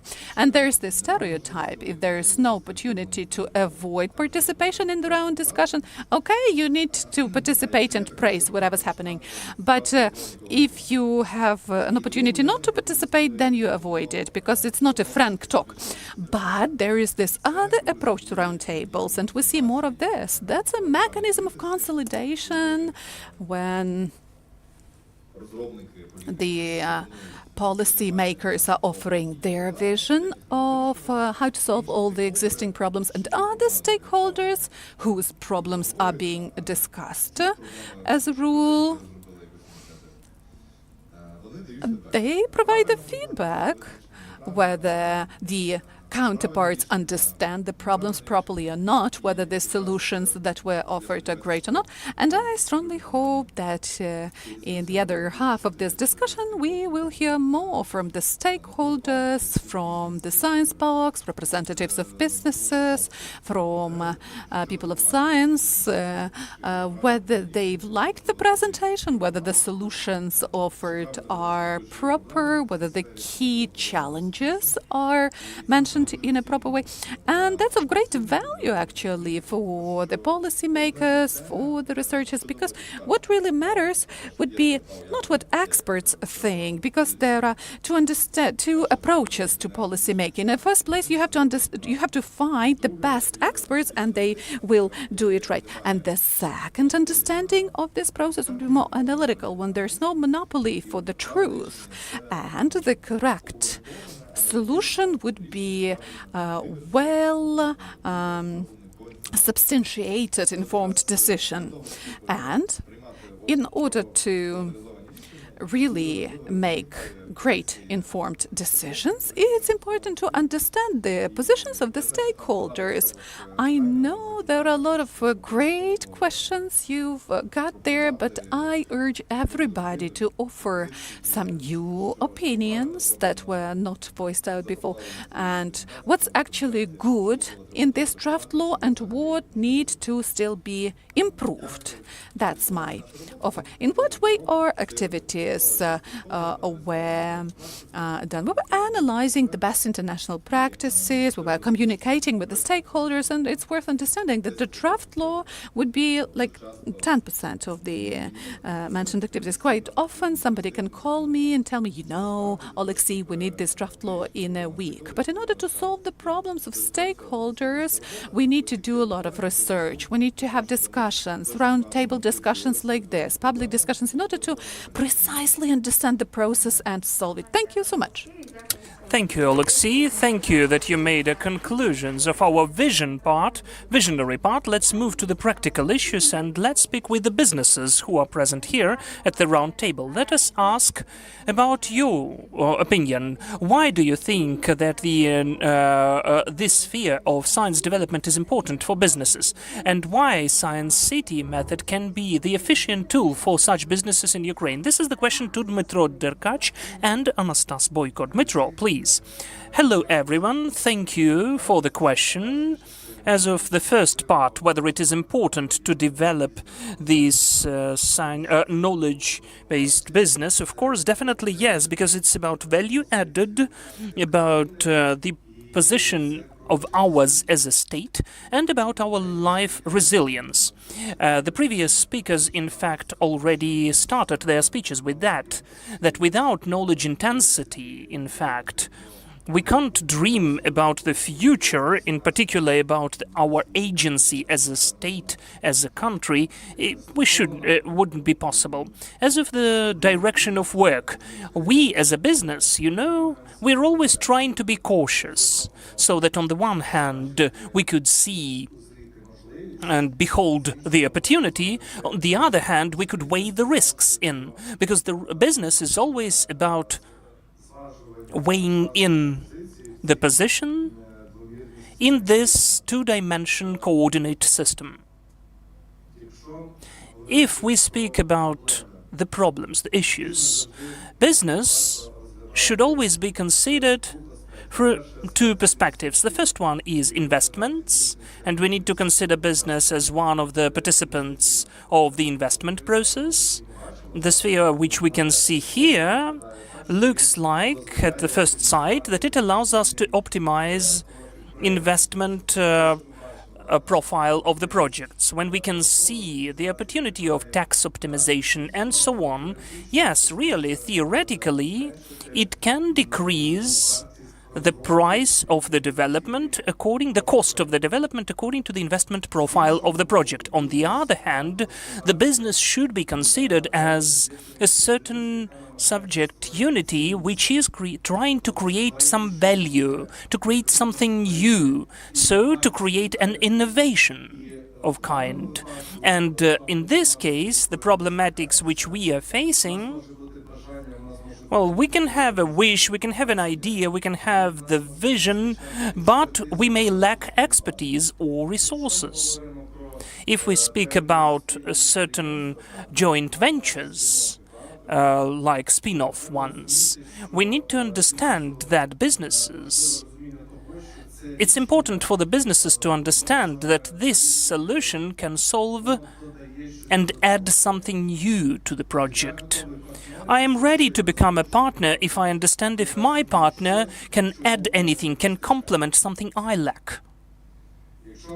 If we speak about the problem of private-public partnership with the science, what we are facing, mostly, honestly speaking, it's not of an issue for organization process, because we understand that in fact they can be solved.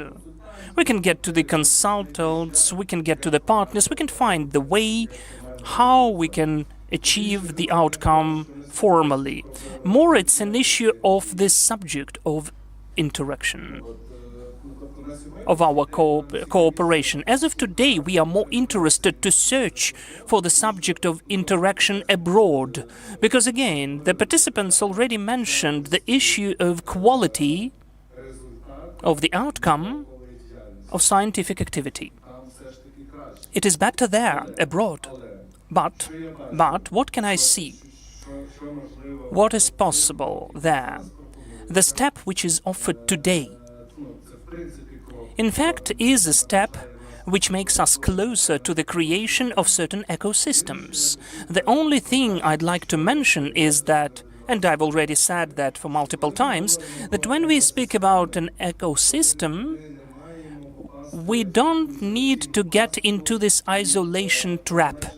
And we shouldn't be restricted by the creation of a cool ecosystem within Ukraine only. We need to understand that if we like to move on and create the value which complies with the today's level of progress, which was mentioned by the speakers above, we need to be the part of a global research network. And now let us pose a question for ourselves, adding to the offered changes. Do they really solve the issue of access of Ukrainian subjects, for instance, private-public partnership in the form of Science Park? Will it improve access to the developments and innovations, to the research? Do we simplify the way of the involvement in the cooperation? If we speak about tax aspects, if we take some trivial formal things, whether they took into account current foreign currency limitations, for instance, do I have the opportunity of working as a science park? Can I solve those issues with foreign currency payments and so on, knowing the limitations which exist now in the banking system? Then, as far as I understand, the issue is still open and relevant, whether we can involve in this joint venture the company which is non-resident. Because for us, it is incredibly important. As of today, if I am asked about that, it is cool for the business? Yes, it looks attractive because I can see the opportunity to optimize the cost of the development over the... but what's the investment of academia? Is it just the ticket to get some discounts? Sorry, it does not look sexy. But if this kind of a format allows me, with the use of the academic institution, to get one more partner, the academic institution from the United States of America, and we'll have the opportunity to create something together. For instance, I get access to additional expertise, then it is cool. So, concluding, I don't want to take much of time, as a direction, we support it as an approach. We consider it to be super cool. We try to find certain use in that.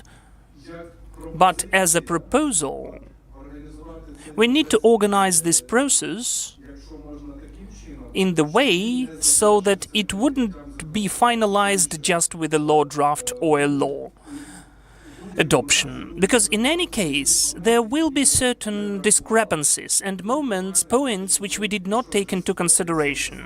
So if we are pursuing this way, let us listen to everyone, let us hear everyone, and still try to have several more iterations to make it finally perfect as an outcome, which will lead to the worthy Ukrainian research and development, not only in Ukraine, but at the international market as well.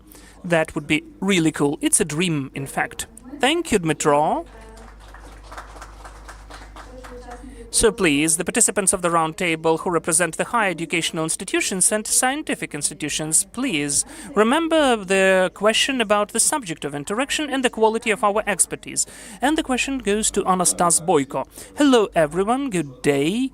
As for the importance of the development of knowledge-intense business, many speakers mentioned the main points. But I would like to tell you about our perspective as the project of the digital transformation support. One of the main objectives, what we are pursuing, is the economic growth. Through the lens of economic growth, we consider the project of Science City, which we implement together with the partners from BRDO and together with the public authorities, of course. So, developing as a follow-up on Timofey's idea about the importance of economy as it is. Before the war, we were considering economy as the way to provide the high level of life and welfare, the way to create the infrastructure, to cover the social needs, and so on. But now, we all understand how important economy is in national security. And trivially, we just understand that national security is very expensive. We see how much money is spent for the armed forces, for the weaponry, and not all of the countries, and Ukraine before the war, could not afford itself to have the high level of national security. If we look at the countries which can do that, living under the conditions similar to ours, living in the adversary environment, having aggressive neighbors who are having the plans to be dangerous, those are countries like Israel or South Korea. In the presentation of Mr. Kurbatov, we could see which percentage of GDP is invested into R&D in these countries, 4 to 5%. That is limitless. It is, in fact, very far figure for us, knowing our percentage, as Mr. Minister mentioned. And we need to overcome this gap so that we could exist resiliently under these conditions. For that, we just earn. Trivially, we should earn to purchase Ukrainian analog of Patriot. We're using $300 million, or American Patriot for $1 billion. First, we need this analog of Patriot. So the question is, what economy is being created to have this $1 billion? We cannot create the raw material economy, which we used to have because of the right reasons. We don't have a big number of population. We have the country of population 30 plus million, not a billion. We've lost lots of industrial assets, we've lost access to certain natural resources, and we have the input conditions when we have certain human capital, we have certain resources, and the question which we are answering is how we can earn the maximum of money in GDP with human capital, how we can take a ton of natural resources and to have the maximum of outcome in GDP. So, looking at some formal examples, speaking about lithium, because Ukraine has lots of lithium. A ton of lithium has the price of $10,000. We can sell a ton of lithium for $10,000, or we can sell accumulators, lithium accumulators, creating $50,000. But lithium itself is easy to sell. It's a resource. There is the market, there is the price. Selling accumulators or batteries is harder because then we'll compete with the US, Europe, China. So to create high-quality accumulators, we need innovations. So that we could create innovations, in order to create innovations, we need science. Statistical data and logics witness about that. So answering the question which economy should be, it can be only innovative. Can innovative economy exist without science? No, it cannot. There is not a chance. And it is confirmed by all of the well-developed economies, as science parks of the United Kingdom were mentioned already. And even if we take the example of the US, one science park, and they are multiple there. If we take Research Triangle Park, that is more than 300 companies, $3 billion of investments into R&D annually, looking just at one science park. If we look at China, there is the biggest science park there, which involves 1.5 million of people, 20,000 companies, dozens of scientific institutions. Those are enormous institutions and human capital resources working on solving this issue. So I totally agree with the previous speakers that the issue for the development of knowledge-intense business is the issue of our survival for the years and dozens of years, decades ahead of us. Thank you, Anastas. Let us now move to the issue which is already relevant about the obstacles which exist now on the way to the creation of PPP in the sphere of science and knowledge-intense business. Let me give the floor to Nazar Podolchak and Ludmila Kruzhanivska, who is online with us. Nazar, please, the floor goes to you first. Thank you so much. First of all, I thank BRDO for the organization of this event, and that we have the amendments to the law draft, because it's incredibly important. Obstacles. Look, when we speak about the obstacles, legislative obstacles, which we used to work with on the science parks, we're doing that for the 4th year in a row. And they are already solved in this law draft. First of all, the rent. When we use the auction for rent, it's just impossible to involve any business at the usual Prozoro auction, especially when the business is investing money into R&D. This is the investment of the money and getting revenue. So this issue is solved in the law draft, and it's a big advantage. Moreover, it is offered to have a very nice idea to have the subcontractors for the rent. Why do we need subcontractors? Will there be any of the abuses of the process? When we create an UAV, a drone, we do some part on our own, some part is done by our partner. When we transport it from one city to another, those are huge economic, logistic, and other types of costs. And this issue is so important. It really needed to be solved, and thankfully it is solved here. Secondly, taxes. The majority, in majority of cases, it is solved, but as Ksenia nicely put, sole proprietors and science parks in one law is hard to imagine. We need to think how we can approach the legal status and agency of the sole proprietor and science park, at least looking at the taxes dimension. The creation was not impossible. The public organization cannot be the partner. So who is the main partner of the science park? The academic, the scientist who is coming with his or her idea and says, I need some help. Because in his or her lab, he's staying 24/7 and he or she needs help. And we tell him, no, wait, you should create a sole proprietor status and then you come to us. That is according to the older law. Now, in the new law, it is solved. The academic can come and become the partner of the science park and take some equipment to rent, and it can be solved. And organizational issues are solved as well. Will it ever work? Well, there is a high chance that it will. Out of the 5 parks which we have, definitely it will. But we have lots of issues which are still not solved. Look, where do we take it from, and do we have anything to transfer? As Timofey has put it, and Alexander did it, we have the situation when the state is controlling science. No, it's not true.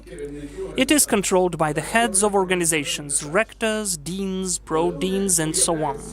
When they imagine that there will be some idea, some of the LLC, and even if they have 90% in the LLC, just imagine what it means.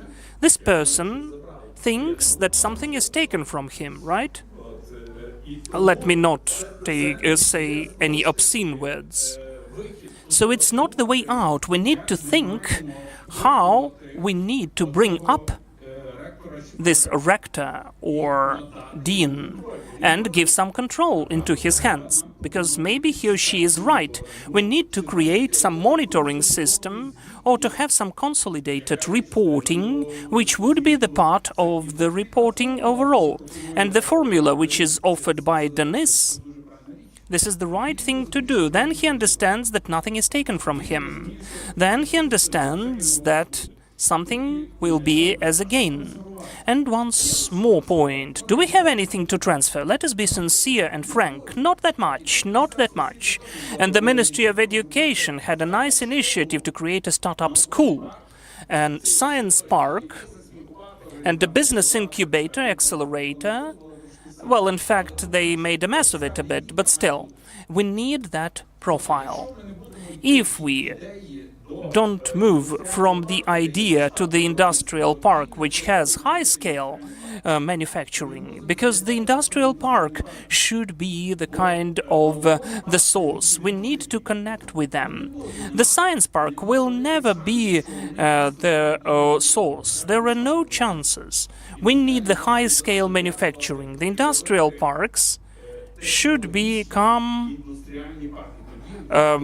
in fact, technological, and then we'll be able to earn in the production. And the last point, let me conclude. We need to bring up some culture. We can have wonderful laws, we can have tax incentives, we can have organizational issues, but we need to bring up culture. Because the whole ecosystem is growing only in the case when you're ready to share and to look straight into the eyes to each other, and not how it happens when the business is underestimating the academics and the academic is overestimating himself. I've done everything, I just need about $2 million to invest, but I'd like to have 90% of the invention. We need to look at the international, well-developed practices and bring up the culture according to this culture. Thank you, Nazar, for this problematic specifically mentioned. Now let me give the floor to Ludmila Kryzhanovska, who's connected online, the director of Prom Prelate Foundation. Ludmila, are you with us? Yes, sure. Do you hear me, colleagues? Yes, we do. Perfect. Thank you so much. Look, first and foremost, I wouldn't like to repeat the words in the contexts which were mentioned by my colleagues. Really, we are the ecosystem, the project which is located in Ivano-Frankivsk city.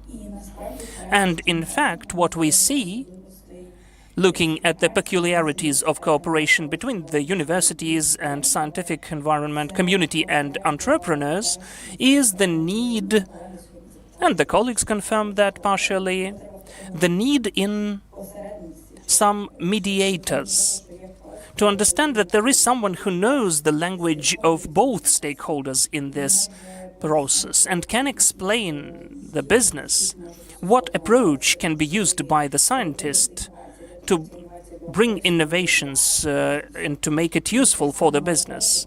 And the same, the academic, the scientist needs to be explained how the business is working and what it aims for. As of today, honestly speaking, we see a very serious challenge whether we have the high-quality institutional capacity in the universities to understand the needs of the business and to have the understanding where they can interact, where they can be useful for each other. And also we have prejudices from business. They don't understand why they need science. But on the other hand, together with our partners, we are implementing the project which is supported by the European Commission, New Economy of Ivano-Frankivsk City. Within this project, I'd like to say that we have really nice cases of such cooperation. As of today, that is more of interaction not between businesses and universities, but businesses with separate scientists as representatives of universities. But we have a case when a lab or a university or a scientist is working to provide the materials, the fabrics for fashion industry to replace leather. We also have the example in ecosystem when the university is working together with an entrepreneur to create the inflammable fabric, to create a military uniform for the soldiers, which is also an important challenge today. And we don't have such fabric as of now. That is why I think, and it was already mentioned by our colleagues above, but this opportunity to understand the need and to understand what Timothy mentioned and the colleagues, what the scale is and how critically important is the innovation, both in the technological and engineering sector, but in other sectors as well. And the understanding whether this interaction and mutual understanding is important for all of the parties for the survival of the country. This is the first critically important point. Secondly is access to funding.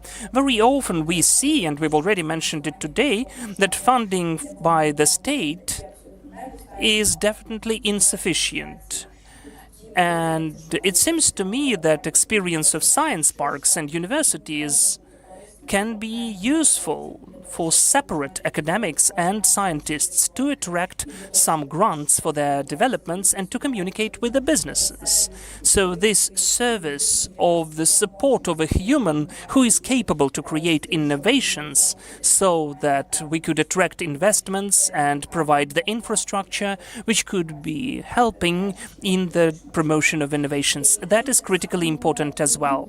And also I would like And my colleagues already mentioned that partially above, that and I hope that in the process of the development of the law draft it will be taken into consideration, because we have already existing and acting ecosystems, the players who can potentially have a very strong managerial and scientific base, and which are more flexible, I would say, than, for instance, some of the public educational institutions. I wouldn't like to put a blame on anyone, but still we understand that sometimes the public institutions are not that speedy and don't have that nice level of flexibility to introduce innovations, to test them, and to communicate with other stakeholders which provide this efficient cooperation creating innovations. And an important point, an infrastructural base. We have the experience in the universities of Ivano-Frankivsk city when the scientists who we were trying to support were forced to move abroad, Germany or United States, to conduct their researches there in the labs, because it was impossible here because of the infrastructure component. Or they needed to attract money because they were not able to attract the sufficient level of investments here. So obviously it is important that we could pay enough of attention to that now, as from our perspective, internally in the ecosystem, in lots of the branches of Ukrainian business, we have such a request or demand to create, to co-create, and to research more with the academics and scientists, as businesses already have this capacity. Thank you, Ludmila. Thank you. Now we are moving to the part where we'll discuss that with the universities and scientific academics, which incentives you are already using for the development of researchers and creating partnerships with businesses. This is the question to Ksenia Semenova and Mikhailo Tukalo. Ksenia, please. Good day. How they say, I would like to demonstrate decisive support. I'm joking. So, I thank BRDO that we have a real round table and we have the opportunity to sincerely discuss these problematics. Kyiv Aviation Institute considers itself as an entrepreneur's university. This is the idea which was promoted by our team long ago in the Ukrainian higher education, and which we get the opportunity to implement. What is the entrepreneur's university? This is the university which teaches the students to be innovative entrepreneurs, and since the first year to know that they have the option to create their own product, their company, innovation, and develop their business on and on. This is the university which creates innovations, companies, spin-offs, which thus earning money as well. And this is the university. The management system is created according to the principles of corporate management. This is the university working as an enterprise, which is thinking about its costs and revenues, about the social impact which the university has on the country and the world. What do we do for the sake of that? We are the participants of the experiment on the role of supervisory boards. Our supervisory board appoints the head of the university and other two universities participants of the program. The supervisory board takes strategic decisions on the university. We changed the organizational form. We are not the budget institution. You had it on the slide about universities, and it was written that the universities are budget institutions. But you ignored that we have the university, which is not the public budget institution. It is the state enterprise, but it's not enough as well, because I agree with Mr. Milovanov that we need to approach to private ownership, but public institutions in the Western world is not the same as we have budget institutions here. Non-profitable organizations is not the same as budget institutions. What else do we have? Out of Good Governance Fund, my great gratitude goes to them, because we are creating the Science Park, and we are participants of the project Seeds of Bravery. What do we do within it? We create an innovative ecosystem, an entrepreneurship course for the students, incubator, accelerator for the students, developments, and the developments of our scientists. During the half of the year of the implementation of everything which was above mentioned, we noticed some of the issues in the legislation. Some of them are, in fact, cancelled by this law draft, but some of them are not. The representative of the business already mentioned that the expertise of the academics is not that interesting in comparison with the possible contacts with the experts abroad. According to this law, even if we have the valuable Ukrainian expertise, it would be still more profitable to buy it if you are a sole proprietor. And you can go to the teacher, you can pay with cash and get the knowledge as it is. Meaning the value of the university in science parks adds value for businesses from this interaction can be just when everything's done very comprehensively. So apart from tax incentives, customs incentives, we need to think about infrastructure and in what way to invest into infrastructure, including into energy. At the aviation university, they've got aerial dynamic tube. Can I guarantee that I'm going to have light for the 5 hours during the day? No, I can't. Is there a single university in Ukraine which is independent and is not connected to the municipal grid? No, but we have malls in Kyiv which have got gas cogeneration units to be working 24/7 because their business depends on the presence of electricity. So, the same pertains to the infrastructure. Business is selecting whether to order antenna from me or from Ireland. It's going to be cheaper if they order it from me, but I can, in theory, actually, by the way, we've got great expertise in this area, but I can produce it not as fast as in Ireland. And in Ireland, they can test the antenna because in neither university in Ukraine, we've got the testing chamber. So infrastructure matters, and we need to speak about this continuously. And it doesn't mean that the universities just need more and more money for whoever knows what. No, without infrastructure, we can't be operational. It's not possible, and up-to-date science cannot exist in vacuum without money. Thirdly, creating the draft law, we need to think about its enforcement, about bylaws. What else needs to be cleaned up in the legislation? We face several things which are being ignored at the universities, for example, in the law on managing the state property.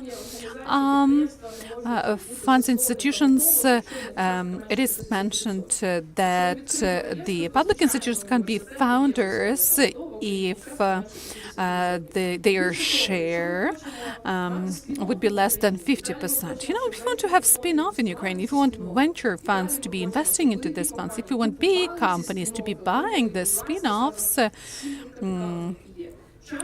then the share of the university in this spin-off cannot be more than 10%. That's nonsense if more than 10% shares belongs to the university. There is this limitation. Everybody ignores that. But if I would like to arrange a science park with an international company, the lawyers of that international companies would tell us no. It contradicts the legislation. There are restrictions for scientific institutions for alienation of the intellectual property. But what if for example, some scientific institution has got something interesting and Google wants to buy it, then we might have a problem as well. For example, that's the Academy of Science of Ukraine, right? But the legislation of Ukraine limits the capacity of merging. And what Mr. Bornyakov was saying today is important, but still we have to do a lot because the majority of global investment funds at some moment in time will ask you to register your company in Estonia. Or somewhere else in Europe or USA. Venture funds do not invest into companies registered in Ukraine, and there's a range of reasons why it's happening. So, the legal limitations, but also the judiciary. The reforms which allegedly do not pertain the innovations area, are actually influencing all these processes. We need to speak about it. Otherwise, when we train students and tell to students that you can be innovative entrepreneurs, you can have your startup. No, we have to be frank. We have to say you need to register it in Estonia rather than in Ukraine. And we need to work for this to be happening in Ukraine. And for sure, the aviation university is providing their proposals to amendments of the legislation. And a lot of the restrictions will be lifted, which is great. For sure, we would like to have more preferential conditions. But so far, we hear the story when they say, let us send the money to your individual enterprise, and right now in a short-term perspective it might be beneficial for the business, but not in a long-term perspective. Thank you, Mr. Ksenia. Mr. Mihailo. Hello, thank you for the invitation. To start with, as you were inviting me, the format was mentioned in a different way. They told me that we are going to discuss all types of parks, including technological parks and centers of excellency, etc. But still, thank you for discussing all this draft laws. Technological parks need to be considered as well. The speakers were confusing the science parks and technological parks, and we don't have a single science park according to those speakers. Okay, so I really want, as a representative of a research institution, to mention a few anchor points. In the first place, Mr. Milovanov mentioned correctly that now we live in times of war and we need to think about protection of the country, about robotics, about artificial intelligence, but we do not need to forget about people, about human capital. And the AI cannot replace the human capital, at least in terms of management and in terms of developing some great innovative ideas. And we need to think about health of our people, of our defenders who find themselves in trenches. And that's important because, again, as we already saw in the case of pandemics, our foreign colleagues won't help us with that. We need to work on our own scientific potential in this regard, in terms of training human resources and in terms of R&D potential as regards personified, individualized medicine, etc. And we need to produce our own medicines, medicinal products. So let's not forget about this area, because if to be frank, we need to rank it first and speak about it in the first place, because if we don't have healthy defenders, robots won't help. That's comment number one I would like to extend here. And there are certain important consequences arising here. As far as we don't have venture capital, and I don't know when we are going to have it, of paramount importance would be the state support. You saw in Norway, even our business R&D are funded by the state by 80%, 80. And we are not very hopeful that the state would be granting us such support, but at least creating or supporting several parks. That's possible. Mr. Dmitro Derkach, we were communicating a lot with him, and he covered the business opinion. Business is not really eager to be involved in creation of these parks, regardless of all the carrots which are mentioned here, unlike the sticks. So for business, it's important to have an innovation which they can sell abroad. And in order to have the state support, or when we have state support, only then we can avoid this problem.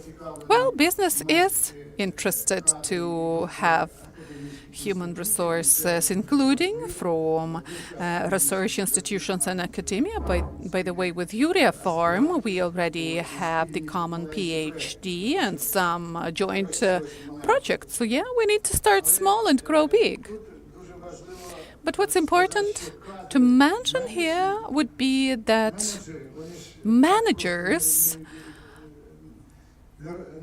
are not being born as managers, right? We need to train people to become full-fledged managers, and this needs to be supported by the state, because as far as I know, we don't have a lot of university departments which are preparing future managers.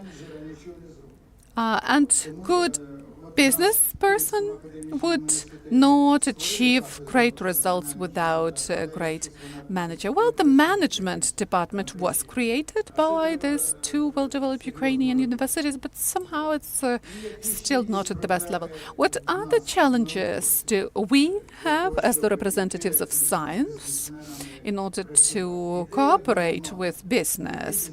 Just to have an idea is not enough. Not a single business person would buy out your idea if you don't have a patent, and in the best case scenario, this patent shall be an international one. But we have a serious problem with even licensing, forget patenting.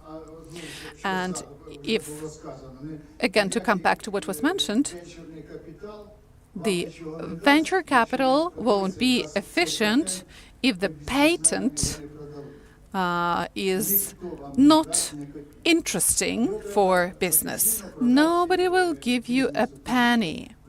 Only if you sell it to business, business would create their business plans, and then the foreign investors can really give you something. So what kind of problem with patents we've got? Mr. Mihailo, I'm sorry, closer to the science parks topic. Yeah, but that's a serious issue. If we don't sell patents, and we don't, because that's the real estate law, and yeah, we need to do something with this. And speaking about funding, abandoning the topic of property law. Well, if we could involve non-residents from abroad to our parks, this would be a significant step forward, because at the university we have two foreign residents who would like to work with us, but we don't have a legitimate way to involve them.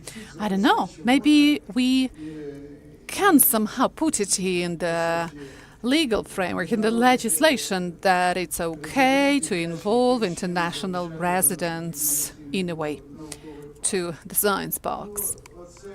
Well, this would be it.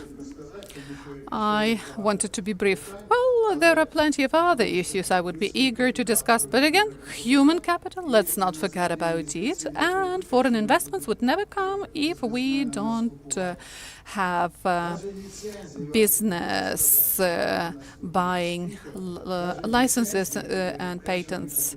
You know, venture capitals do not recognize the licenses. No, the patent shall be there. Thank you for your attention.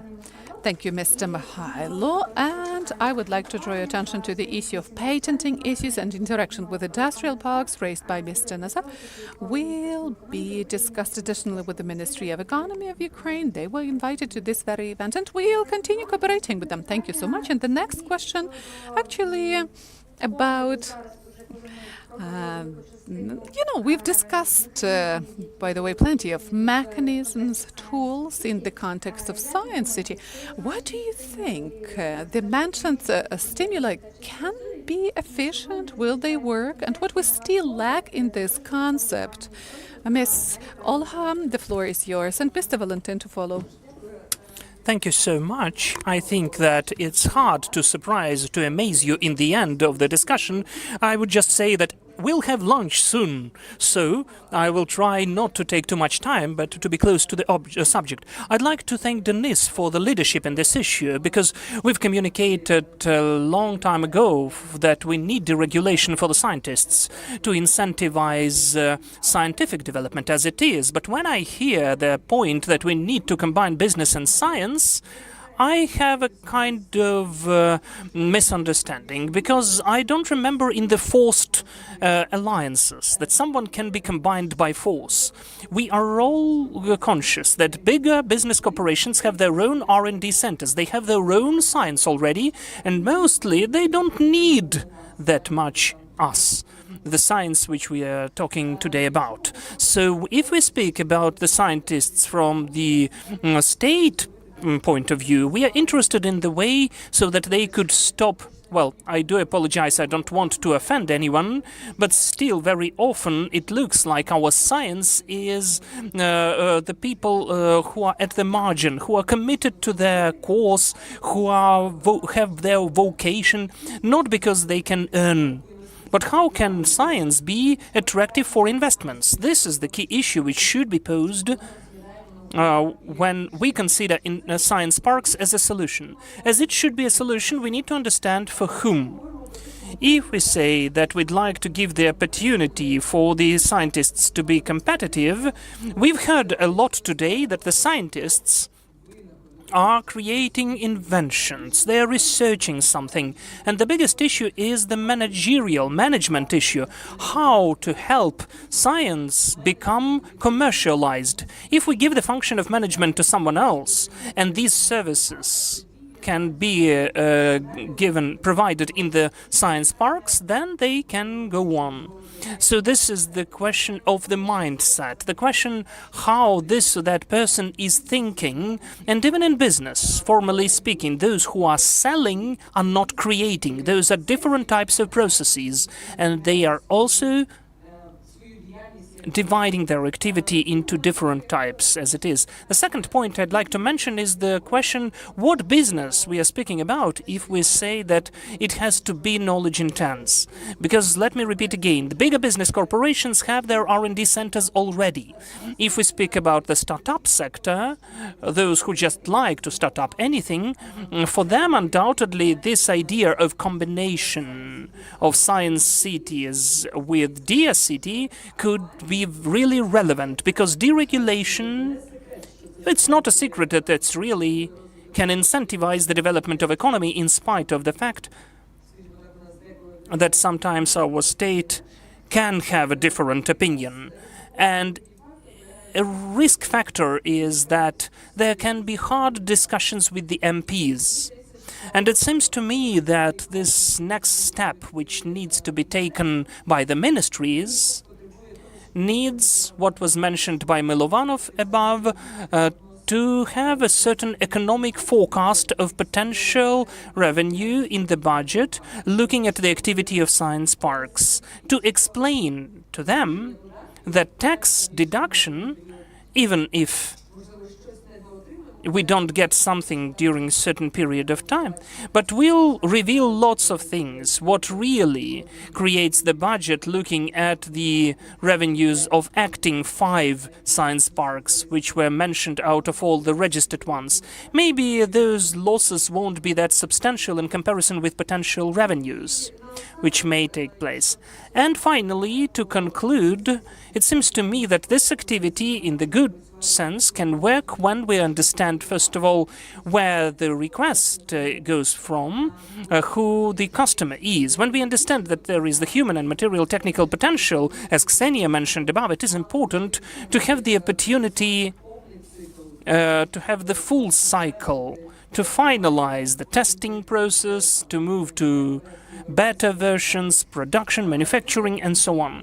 If we have conditions for the implementation and growth, and when you understand who gets the profit in this story. Because as for me, the biggest issue is the issue of trust. The colleagues already mentioned that there can be issues of patents. I don't want to delve deeper into the sometimes crazy stories when the academics or scientists are hiding their inventions because they are afraid that they will will be deprived of their achievements. So this is the question of trust and the win-win game. When everybody has to win and to get benefits, all of the participants of the process should gain.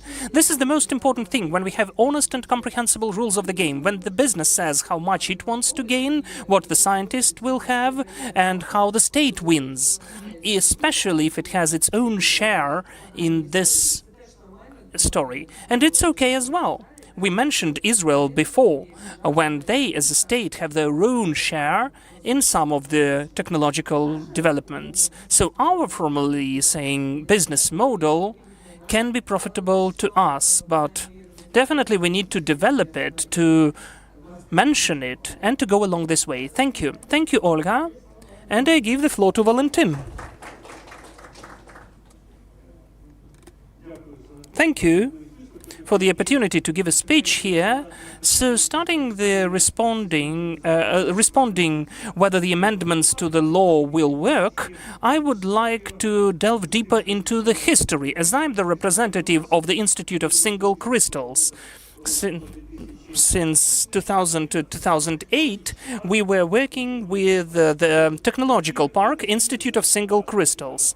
And the amendments in the legislation offered for the science parks were already working within technological parks, including the Technological Park of the Institute of Single Crystals, who used to be the partner, who implemented the projects in the Technological Park of the Institute, Antonov Factory, Pharmac, Interhim, and others. And according to all of these projects, we have the aircrafts, we have pharmaceuticals, and so on. But what our institute gained, knowing that we were involved in the activity of such technological park? First and foremost, we gained an incredible push for the development, because we used to have the opportunity to acquire new equipment, to create new labs, to pay additional money to bonuses to our employees, thanks to the activity of the technological park. Secondly, and what's very important, that it was mentioned by Mr. Durkac above, I fully support that, we know how to communicate with business now. The scientists, it's very hard for the scientists to communicate with the businesses, and it is mutual to find common grounds, because when the business comes and says, we need this innovation for our needs, and the scientist may say, what you need is the idea of yesterday. I have a different idea. Buy it. And your idea will be put aside. And that's it. This is the end of the conversation between businesses and scientists. And another issue which exists between the businesses and scientists, that the scientists don't understand the terms of reference and the timeline. When they come, they say, well, you need it in a year, but in a year they just begin the thinking process, because this idea is interesting and we started the research process. This is also the issue. The activity within the technological park allowed us to understand how to communicate with businesses.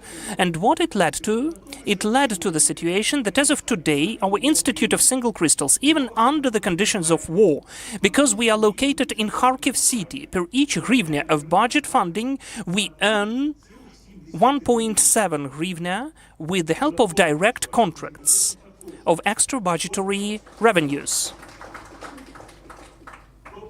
So it allows us, as of today, to have the most contemporary equipment, to pay for bonuses for our employees, and so on. Now, coming back to this law draft, we were really attentively and closely looking into it, and we'd like to thank the people who developed it, because really they were trying to solve lots of the issues. The law on science parks was adopted in 2009, and since 2009 till now, it never worked. Whether it works after they adopt the amendments to this law, well, I would say it will. Though you mentioned properly, you cannot force businesses and science work together. You still need some other additional incentives so that this partnership really worked. Of course, we have certain remarks. We listed them. I will send it to the proper email in the proper format, but now I'd like to delve deeper into some of the points. There were several reasons why technological parks were closed. They were not closed. They were deprived of all of the discounts or incentives. One of the reasons was the corruption component in the activity of technological parks. So here, in the legislation which is offered, we also have such an interesting idea. Look, we have a very specific mentioning who the founders of the science park are, which requirements they face, who they report to, and so on. And there are partners of science parks, some from the perspective of the preferences and so on. Both partners and founders have the same rights, but everything, what's written about the partners, that they are the economic entities who awarded a contract on partnership with the science park. This contract shouldn't be within the scientific project even. It can be any contract. It's not written here that the partner of the science park should comply with the requirements of the founders. Looking at what I see, they can have also additional products issued. So believe me, definitely, this gap should be considered by the lawyers. We need to consider whether it can be used improperly, so that technological parks could be the gate for some business structures who would like to avoid taxation and customs requirements of Ukraine. Evade them. So some of the details hide the issues. There are multiple here. Like a detail.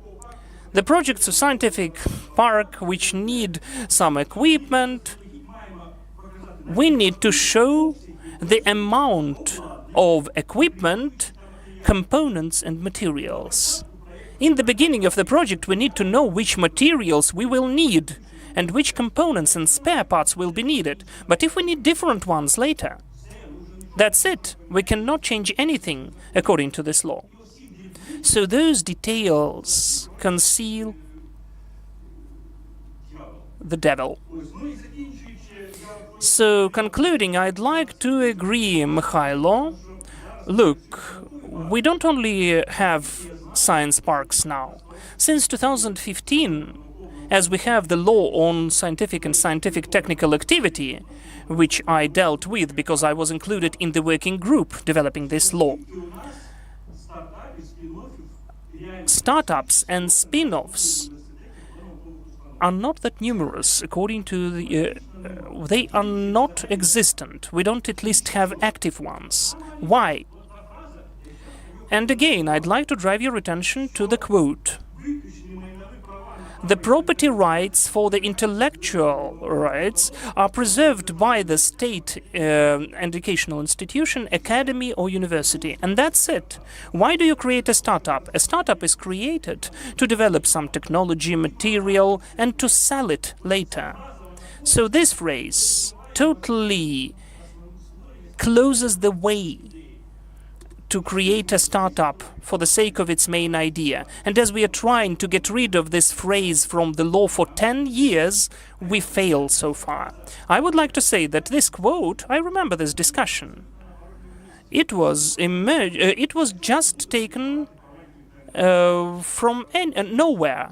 Why should we deprive ourselves of the rights? And then it was written down like that. But it does not allow us to work efficiently, creating innovative structures in Ukraine.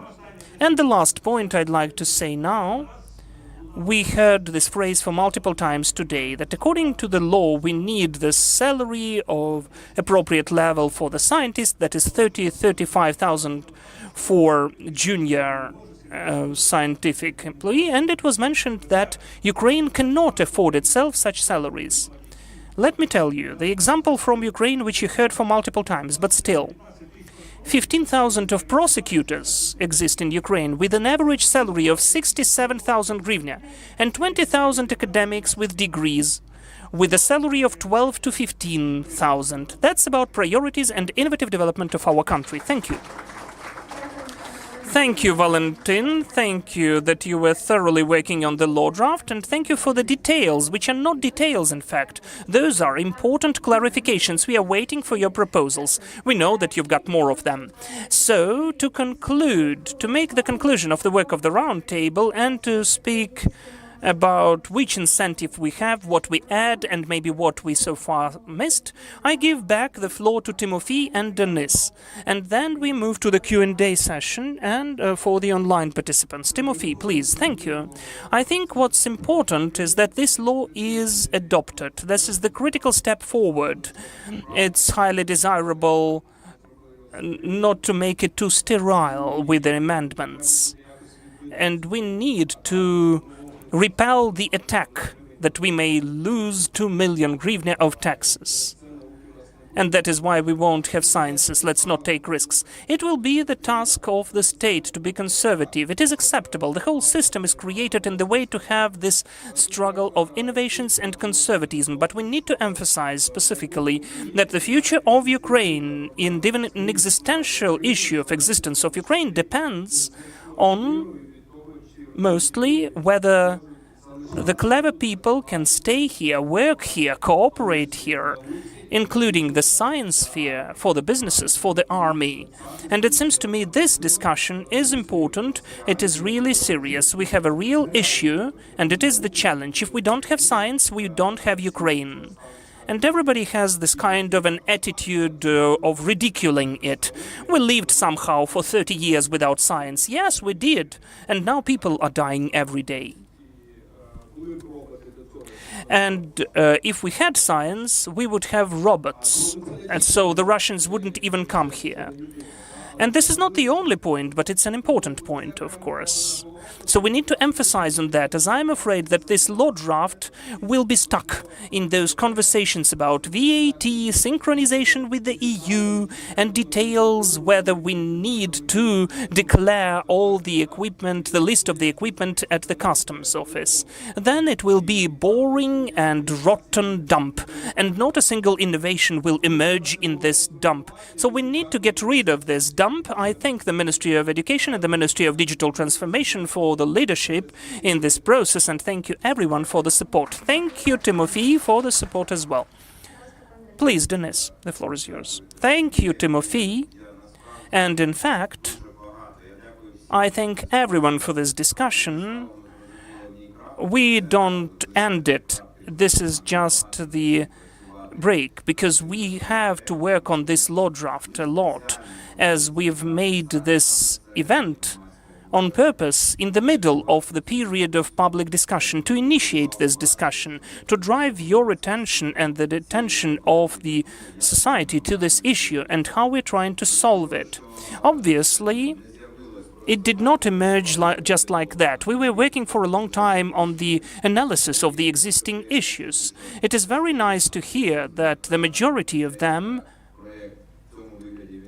were already solved by this law draft. And also I am grateful for the remarks and mentioning of the issues which still need to be solved. I've noted down a lot. Let me comment on that. But I'd like to say about the main idea of the parks, which was never mentioned before. In fact, this is the structure which has to change the paradigm of the academics' thinking. It's not just for the forceful attraction and combination of scientists under one structure. It will never work, it's obvious. But the business, both Ukrainian and foreign, faces issues. And those issues need to be solved. There should be structures which will be able to delegate these problematics to the scientist, to create the conditions which legal mechanism can solve the issue for the business and the academic, when the academic has the certain type of knowledge. And I'm grateful to Valentin, who said properly, technological parks once changed the model of the development of Institute of Single Crystals. The Science Park has to shift the paradigm of thinking of the majority of universities and educational and scientific institutions. The scientist has to face the mission or the task. This task was never appointed by the state. The businesses didn't always have the opportunity to achieve such level. By the way, about the state, this year we had the changes in the mechanism of state commission for scientific technical products. First of all, it's for the first time it's done from top to bottom. 10 key ministries shaped the problematics. 3 or 5, not 11 proposals were given to the researchers. It tells us that if the academia faces the task, they can accomplish it. So we need to shift this paradigm, and that is why we need this science park as well. Let me give you the feedback for certain questions I heard. We don't have Alexander, he had to leave urgently, but he said that it is desirable that the whole science has become private. I think it's impossible. The world in the world, the science is not that interesting for the businesses. Those are huge investments, long periods of time, huge risks, so the state should play the key role. I agree with Ksenia, because she said that this role comprises of the opportunity of funding of infrastructure, researchers' expensive equipment, which businesses are not always ready to acquire. The state should pay their role. And the efficiency, energy efficiency, it's super important knowing the current state of the energy system and what will be its future. And the most important is what's the cost of the energy, even if it's continuous, without any gaps. It is not the market price. Definitely it will increase when we integrate, so the issue of energy efficiency for the university is super important. That is why, even this year, we've launched a huge project on the creation of solar power plants at the first 19 objects. We will go on with this project, and I think that this is one of the vectors for development.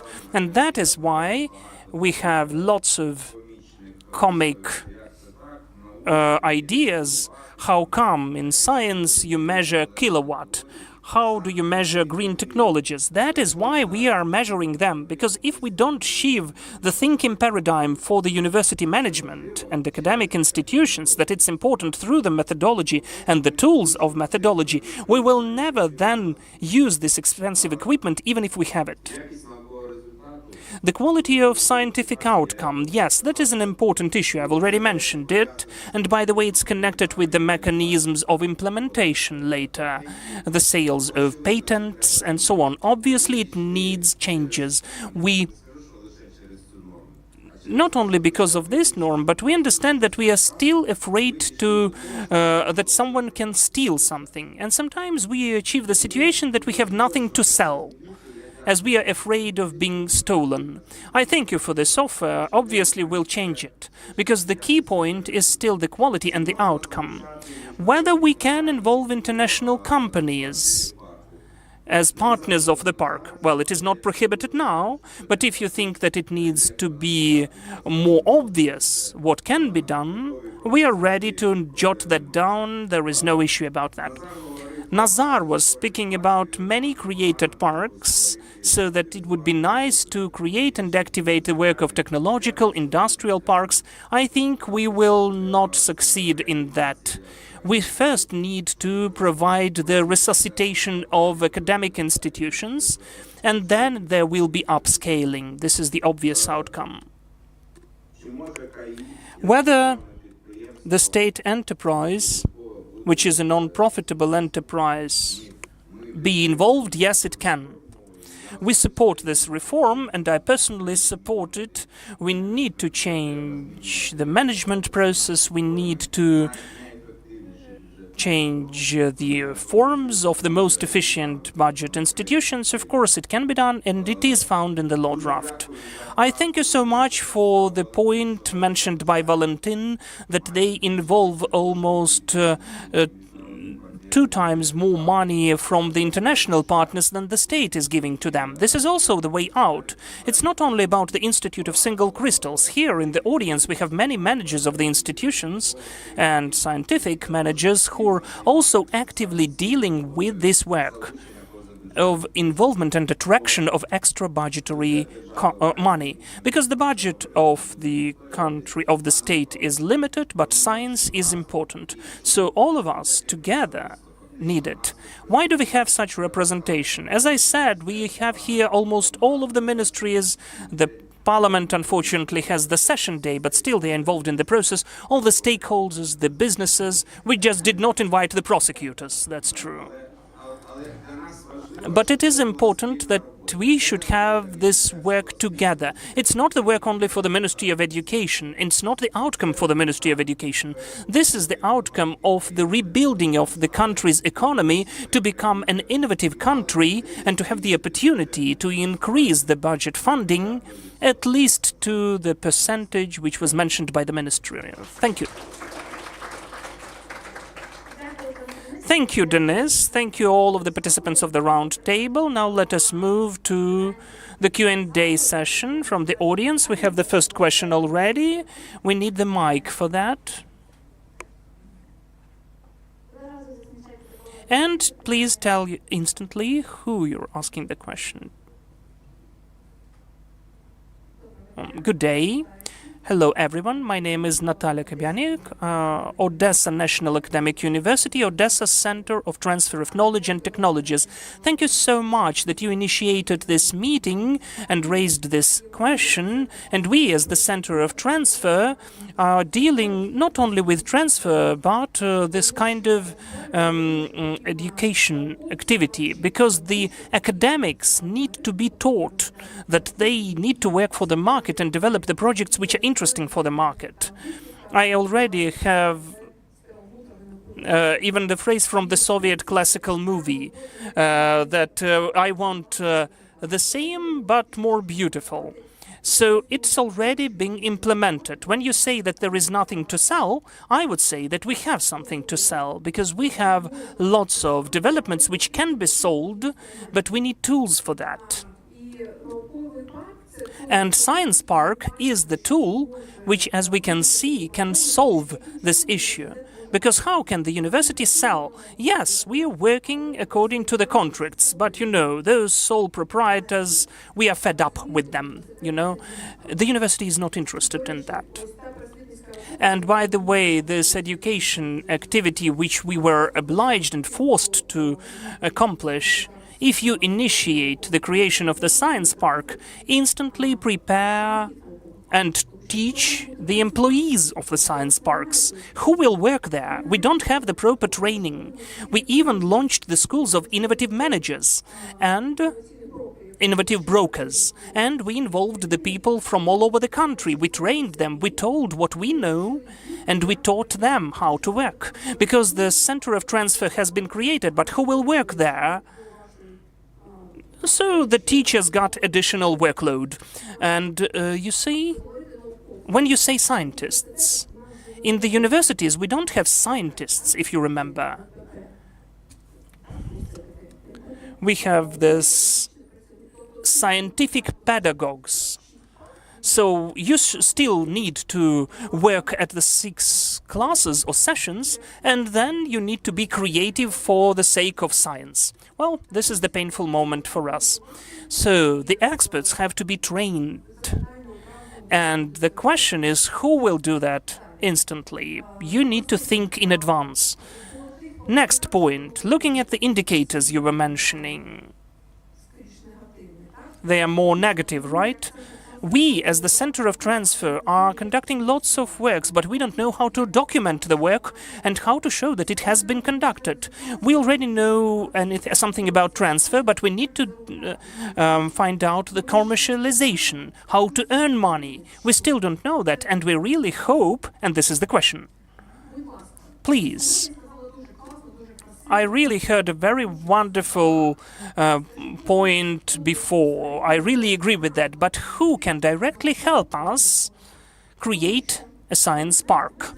Because we have the economic education. First, we calculate how we can earn, how we can achieve some revenues. After we calculate it, we understand what we cannot earn. Then we go to our colleagues who has science parks already, and we asked them, you have science parks. You know how to do that. What would you recommend? What do you think their recommendations were? Don't create a science park. Every single person said, don't get into that. Don't create a science park. So we want it. We know that it can be done. But please, and this is the question, Oksana, maybe it's to you. You just tell me who I should get to. Who is the person or a department who will be a curator of the creation of science parks so that they could be that cool as you told us about? Because so far we can see that there is no sense in that. Either a person or an institution which can help us, because we'd like to create a science park and we'd like to earn a lot. Thank you. In the first place, let me give the floor to Mr. Denis. Yeah, I'll try answering. So, that's right, you were not creating it because there are 40 of those and they are not operational. It makes no sense, and we started with that. This draft law was created in order to create the mechanisms for the science parks and whom to resort to. Actually, there were important remarks made and I didn't respond to those. It's important to pass a draft law, turning it into the piece of legislation, but then it's important to enforce it. And obviously, we have an answer here. We believe, as with Dear City, having their own office which accompanies the activities of this mechanism.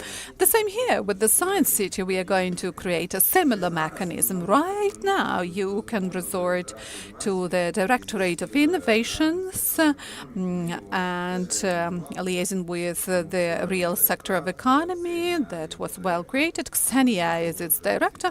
We actually support all these processes from the viewpoint administration and technically, but to begin with, it's important to introduce amendments to 10 pieces of legislation and 2 codes. Then it will be operational.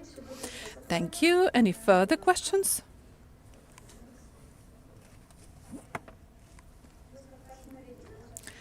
At first, the front row, if it's possible. Доброго дня, вітаю, шановна президія. Dear colleagues, dear Presidium, friends, partners, I'm a rector of Zaporizhia Polytechnical University and I represent a public higher educational institution which is being funded by the state. But actually today we all feel this critical situation, the brain drain, losing human capital, and technical universities are rearranging and retailoring their strategies in order to diversify their resources and get more proceeds thanks to the scientific activity, thanks to commercialization of R&D. And here we have to change the philosophy of our scientific pedagogues, because a person of science shall be earning money in the laboratory and then go back to deliver the lectures to students. And actually, that's what we are trying to arrange now, and we see the first results. We have the outcomes of scientific research which is being funded thanks to the contracts signed commercially, and we speak about maybe even 10% out of the whole scope of the state funding. And actually, the activity of the science parks allows us expanding our capacities, opportunities, and polytechnical universities of our countries have got range of preferences because they deal with robotic sciences, they deal with mechanics, engineering. Speaking about development of, for example, magnesium alloys, I don't know whether I can speak about it today only Mikhailo Fedorov knows about it, and that's it.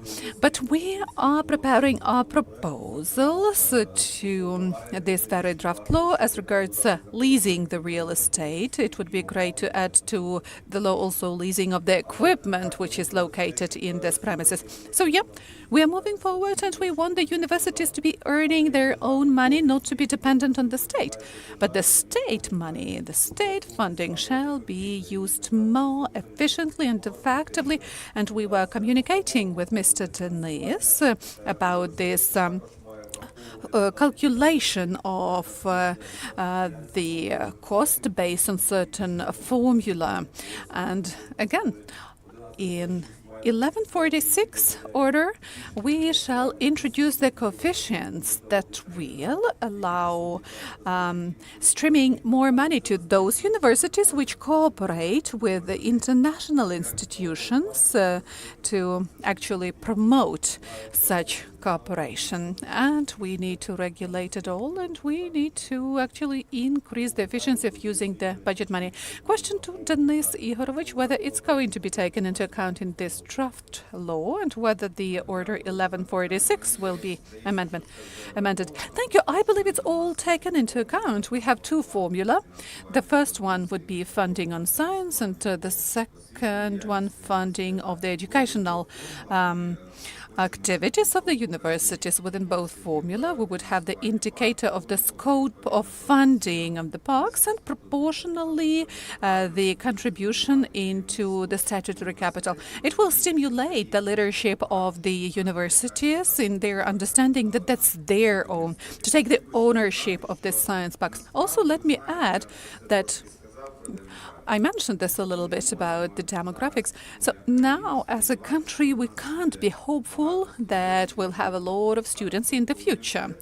Meaning, one of the ways to preserve the university is really to rearrange the activities. Budget of the Harvard allocates 30% of its budget to the R&D, and their budget is more than $1 billion. So our goal is to turn scientific pedagogue into a person who would be involved in R&D. Not forgetting about transfer of knowledge, because that's important for the sustainable development of the future generations to come. Thank you. Yeah, please, other questions? Hello? Людмила Lisova, Horizon office in Ukraine. I would like to remind you about this resource of getting funding for science parks, including as European grants. And the Horizon Europe program is one of the biggest opportunities of grant support in Ukraine. Let me remind you that the grants are actually implemented by consortia and actually higher educational institutions, science parks, small and medium enterprises, civil society organizations can be part of this consortia. Meaning this is the platform which brings together all the stakeholders, and also they can get the European funding beyond the budget of Ukraine. And additionally, I would like to mention, because it was mentioned, who is going to be employed in the science parks. I believe we can involve those Ukrainian scientists who, due to war, left Ukraine, and those who are still willing to come back. They've got some experience, they have some, they met people, right? And they can be working in science parks, they can be transferring experience, getting grants, and develop their career in Ukraine. Thank you for this interesting proposal. If we have, namely, questions, 2 more questions from the room, and then yet one more from online, and that would be it. Hello. I'm Nadia, and I'm a representative of both sides. On one hand, I represent Biopharma School, and on the other hand, I'm an employee of the medical university. And the first question, the draft law says that the science park cannot exist for more than 7 years. So my question, how do you see this? How much time does it take to create a science park for it to be creating innovative technologies? That's the first question. Who can answer? I can take this one. Well, actually, science... well, it doesn't say so. The draft law doesn't say so. That's the project for the 7 years. Maybe you looked at the leasing. No, it says, I can read it aloud, that since the moment of the state registration... No, that's the state registration of the project. But the science park would be a separate structure. It says joins the company, etc. That's a typical enterprise, and it can... Okay, how long will it take to create it, for it to be operational? What do you think? For people who will start... Well, that's the second question. You are kind of mixing it all into one pot. No, you're offering business to lease property. Have you visited educational institutions? Well, I worked there quite successfully. Oh, no, question. Have you recently visited, business wants to lease equipment and real estate. Business will change it all because innovative technologies business wants to see there, especially in terms of biotechnologies, are not there at the higher educational institutions and research institutions. We are working on that, and we are working in order to develop this situation when students would be creating some technological products. We are doing it free of charge. Now, for students, just not to be losing interest in science in Ukraine. Something similar is here. People shall work here.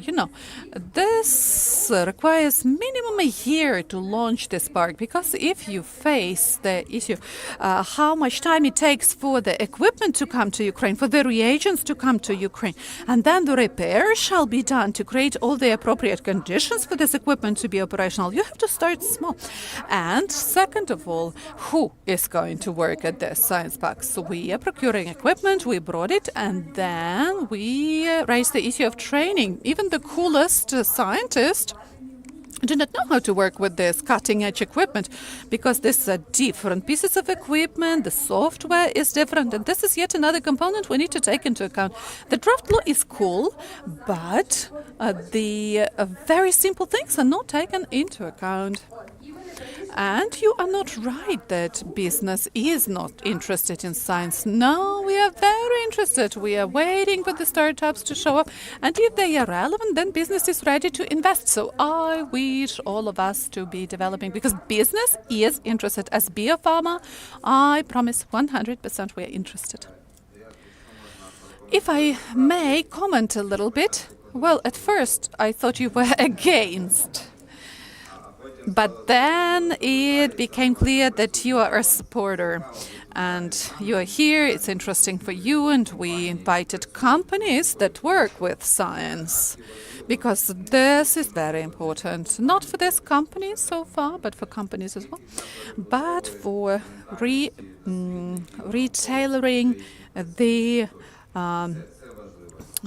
minds, right, of the representatives of science and academia. 7 years, that's not existence of the science park. That's start of the project. If you believe there are some extensive projects, like, I don't know, creating of a drone of the collider, right? Yeah. For this collider, we need 15 years. But a lot of proposals were mentioned, like let's have it better than FOPs. But how to do that? It all depends on us, on our community, in what way we can persuade the internal stakeholders, Ministry of Finance, and again, all the international funding institutions. If we can substantiate not 7 years, but 15, yeah, great. We are supportive of this idea. Thank you. And we have yet another question. Greeting, colleagues.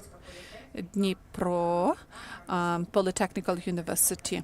I, as the head of the Regional Innovation Hub, listened to the comments, and I agree that this must be done. I really loved the idea about where to move forward from the science park, industrial park, right? Yeah, to let's scale up. And the next question is relevant. Let us imagine that this is an ideal condition. We succeeded. We have commercialization stage. University is interested to get the return on investment. I have a question. What would be the mechanism of IP to IPO, return on investment of the university, the money they've invested into creating the innovative activities? So we created the ideal conditions. We have the startup, we registered it, the mechanism is working, everybody is a startupper, the scientists, the students, they go to international market. And in what way the university will get this investment back? So, obviously, it will. The law says that the proceeds would be distributed proportionally to the contribution into the startup capital. You will get your return on investment, or you would like to also have your hand on the revenue of the business. No microphone used.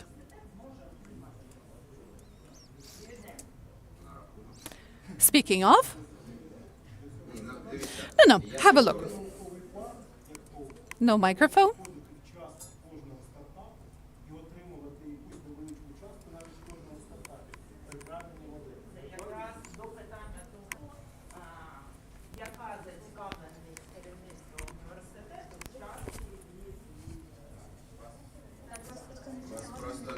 Sorry, you're not using the microphone. Okay, so before this, the colleagues were mentioning about management, about being interested. The joint stock company is being created, connecting science and business, right?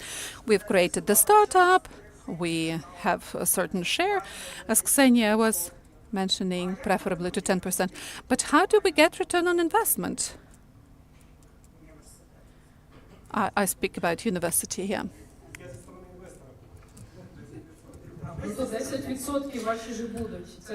10% is yours. This is limited liability company, right? No microphone. This is a limited liability company. No microphone. Get registered as a state enterprise could be a proposal. So, let us not go too deep into this topic. If you see a problem with return on investment,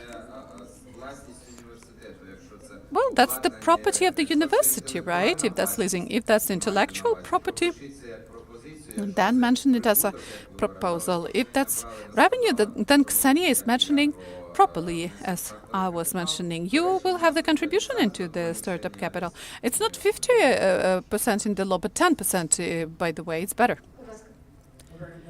Hello, everyone. Alexander Beresko, Lviv Polytechnical University. Very inspiring speeches today. Thank you, Mr. Denis. Thank you, everybody who worked on it.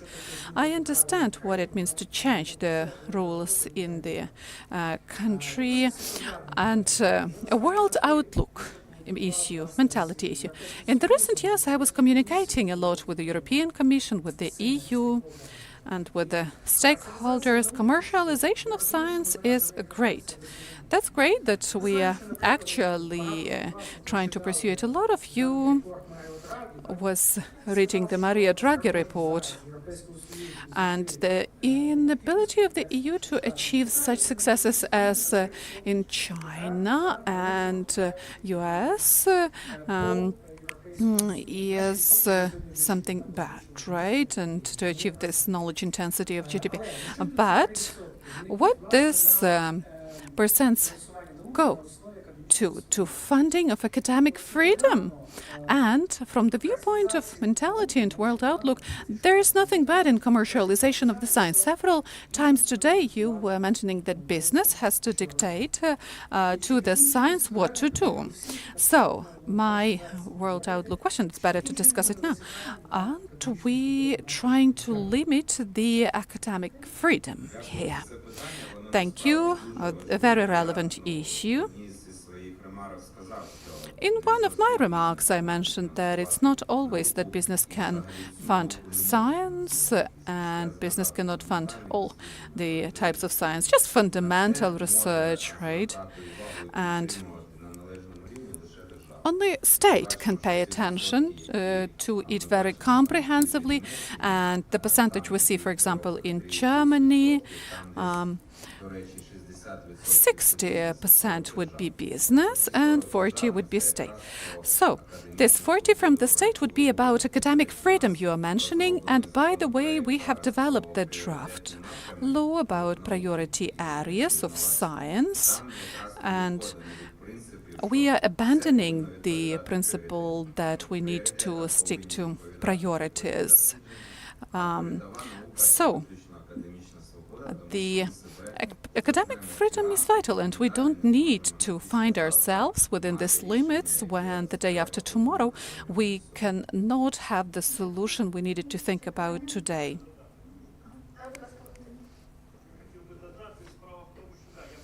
Well, the thing is that I support what was mentioned by Mr. Denis, but as I was saying about the problem of communicating business and science, sure, I mentioned just one side of this problem. The other side of the problem would be that Ukrainian business, by 80% or more, is not ready to communicate with the Ukrainian scientists and with scientists in general. And we were speaking about this a lot. So we need to understand in what way scientists shall talk to business, in what business shall perceive the R&D.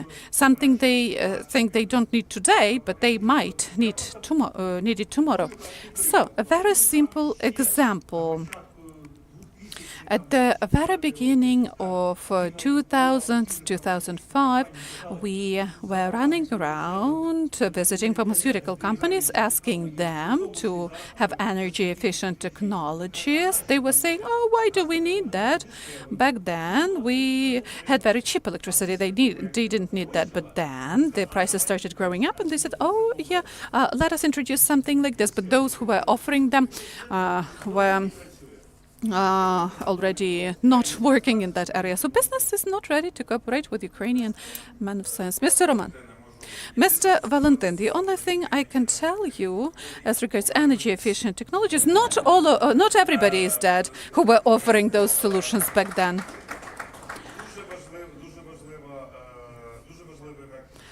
Very important initiative. I'm Roman Zinchenko, and I'm the head of the incubator. We are an implementing partner of 2 grant programs in Ukraine,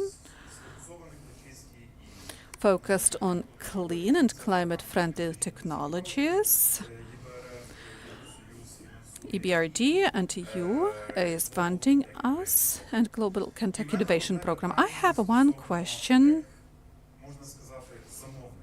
As a customer, I've got this question. One of the programs we are managing supported 56 SMEs. You can see it international innovative arenas, and part of these businesses had experience of interacting with the research institutes as with service providers. They were ordering the service.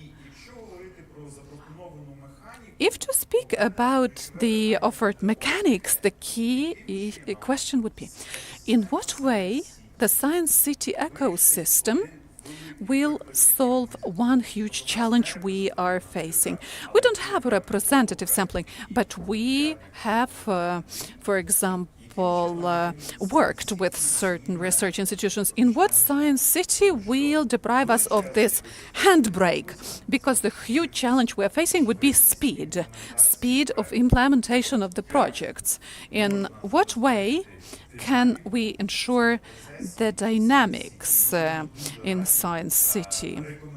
And we'll be glad to recommend the ecosystem to the global business who knows how to talk to scientists. So we'll do their best to understand how to talk to scientists. Thank you so much for this question.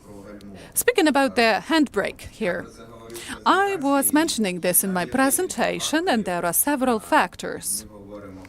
We speak in general about capacity of the university management to administer these processes or management of the research institutes. We have certain leaders here, but for sure not all the universities can do that.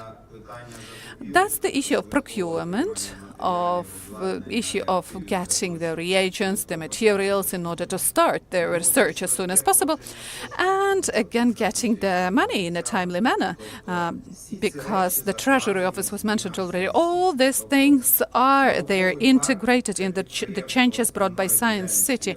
The Science Park would be a subject which wants to implement projects of business. Actually,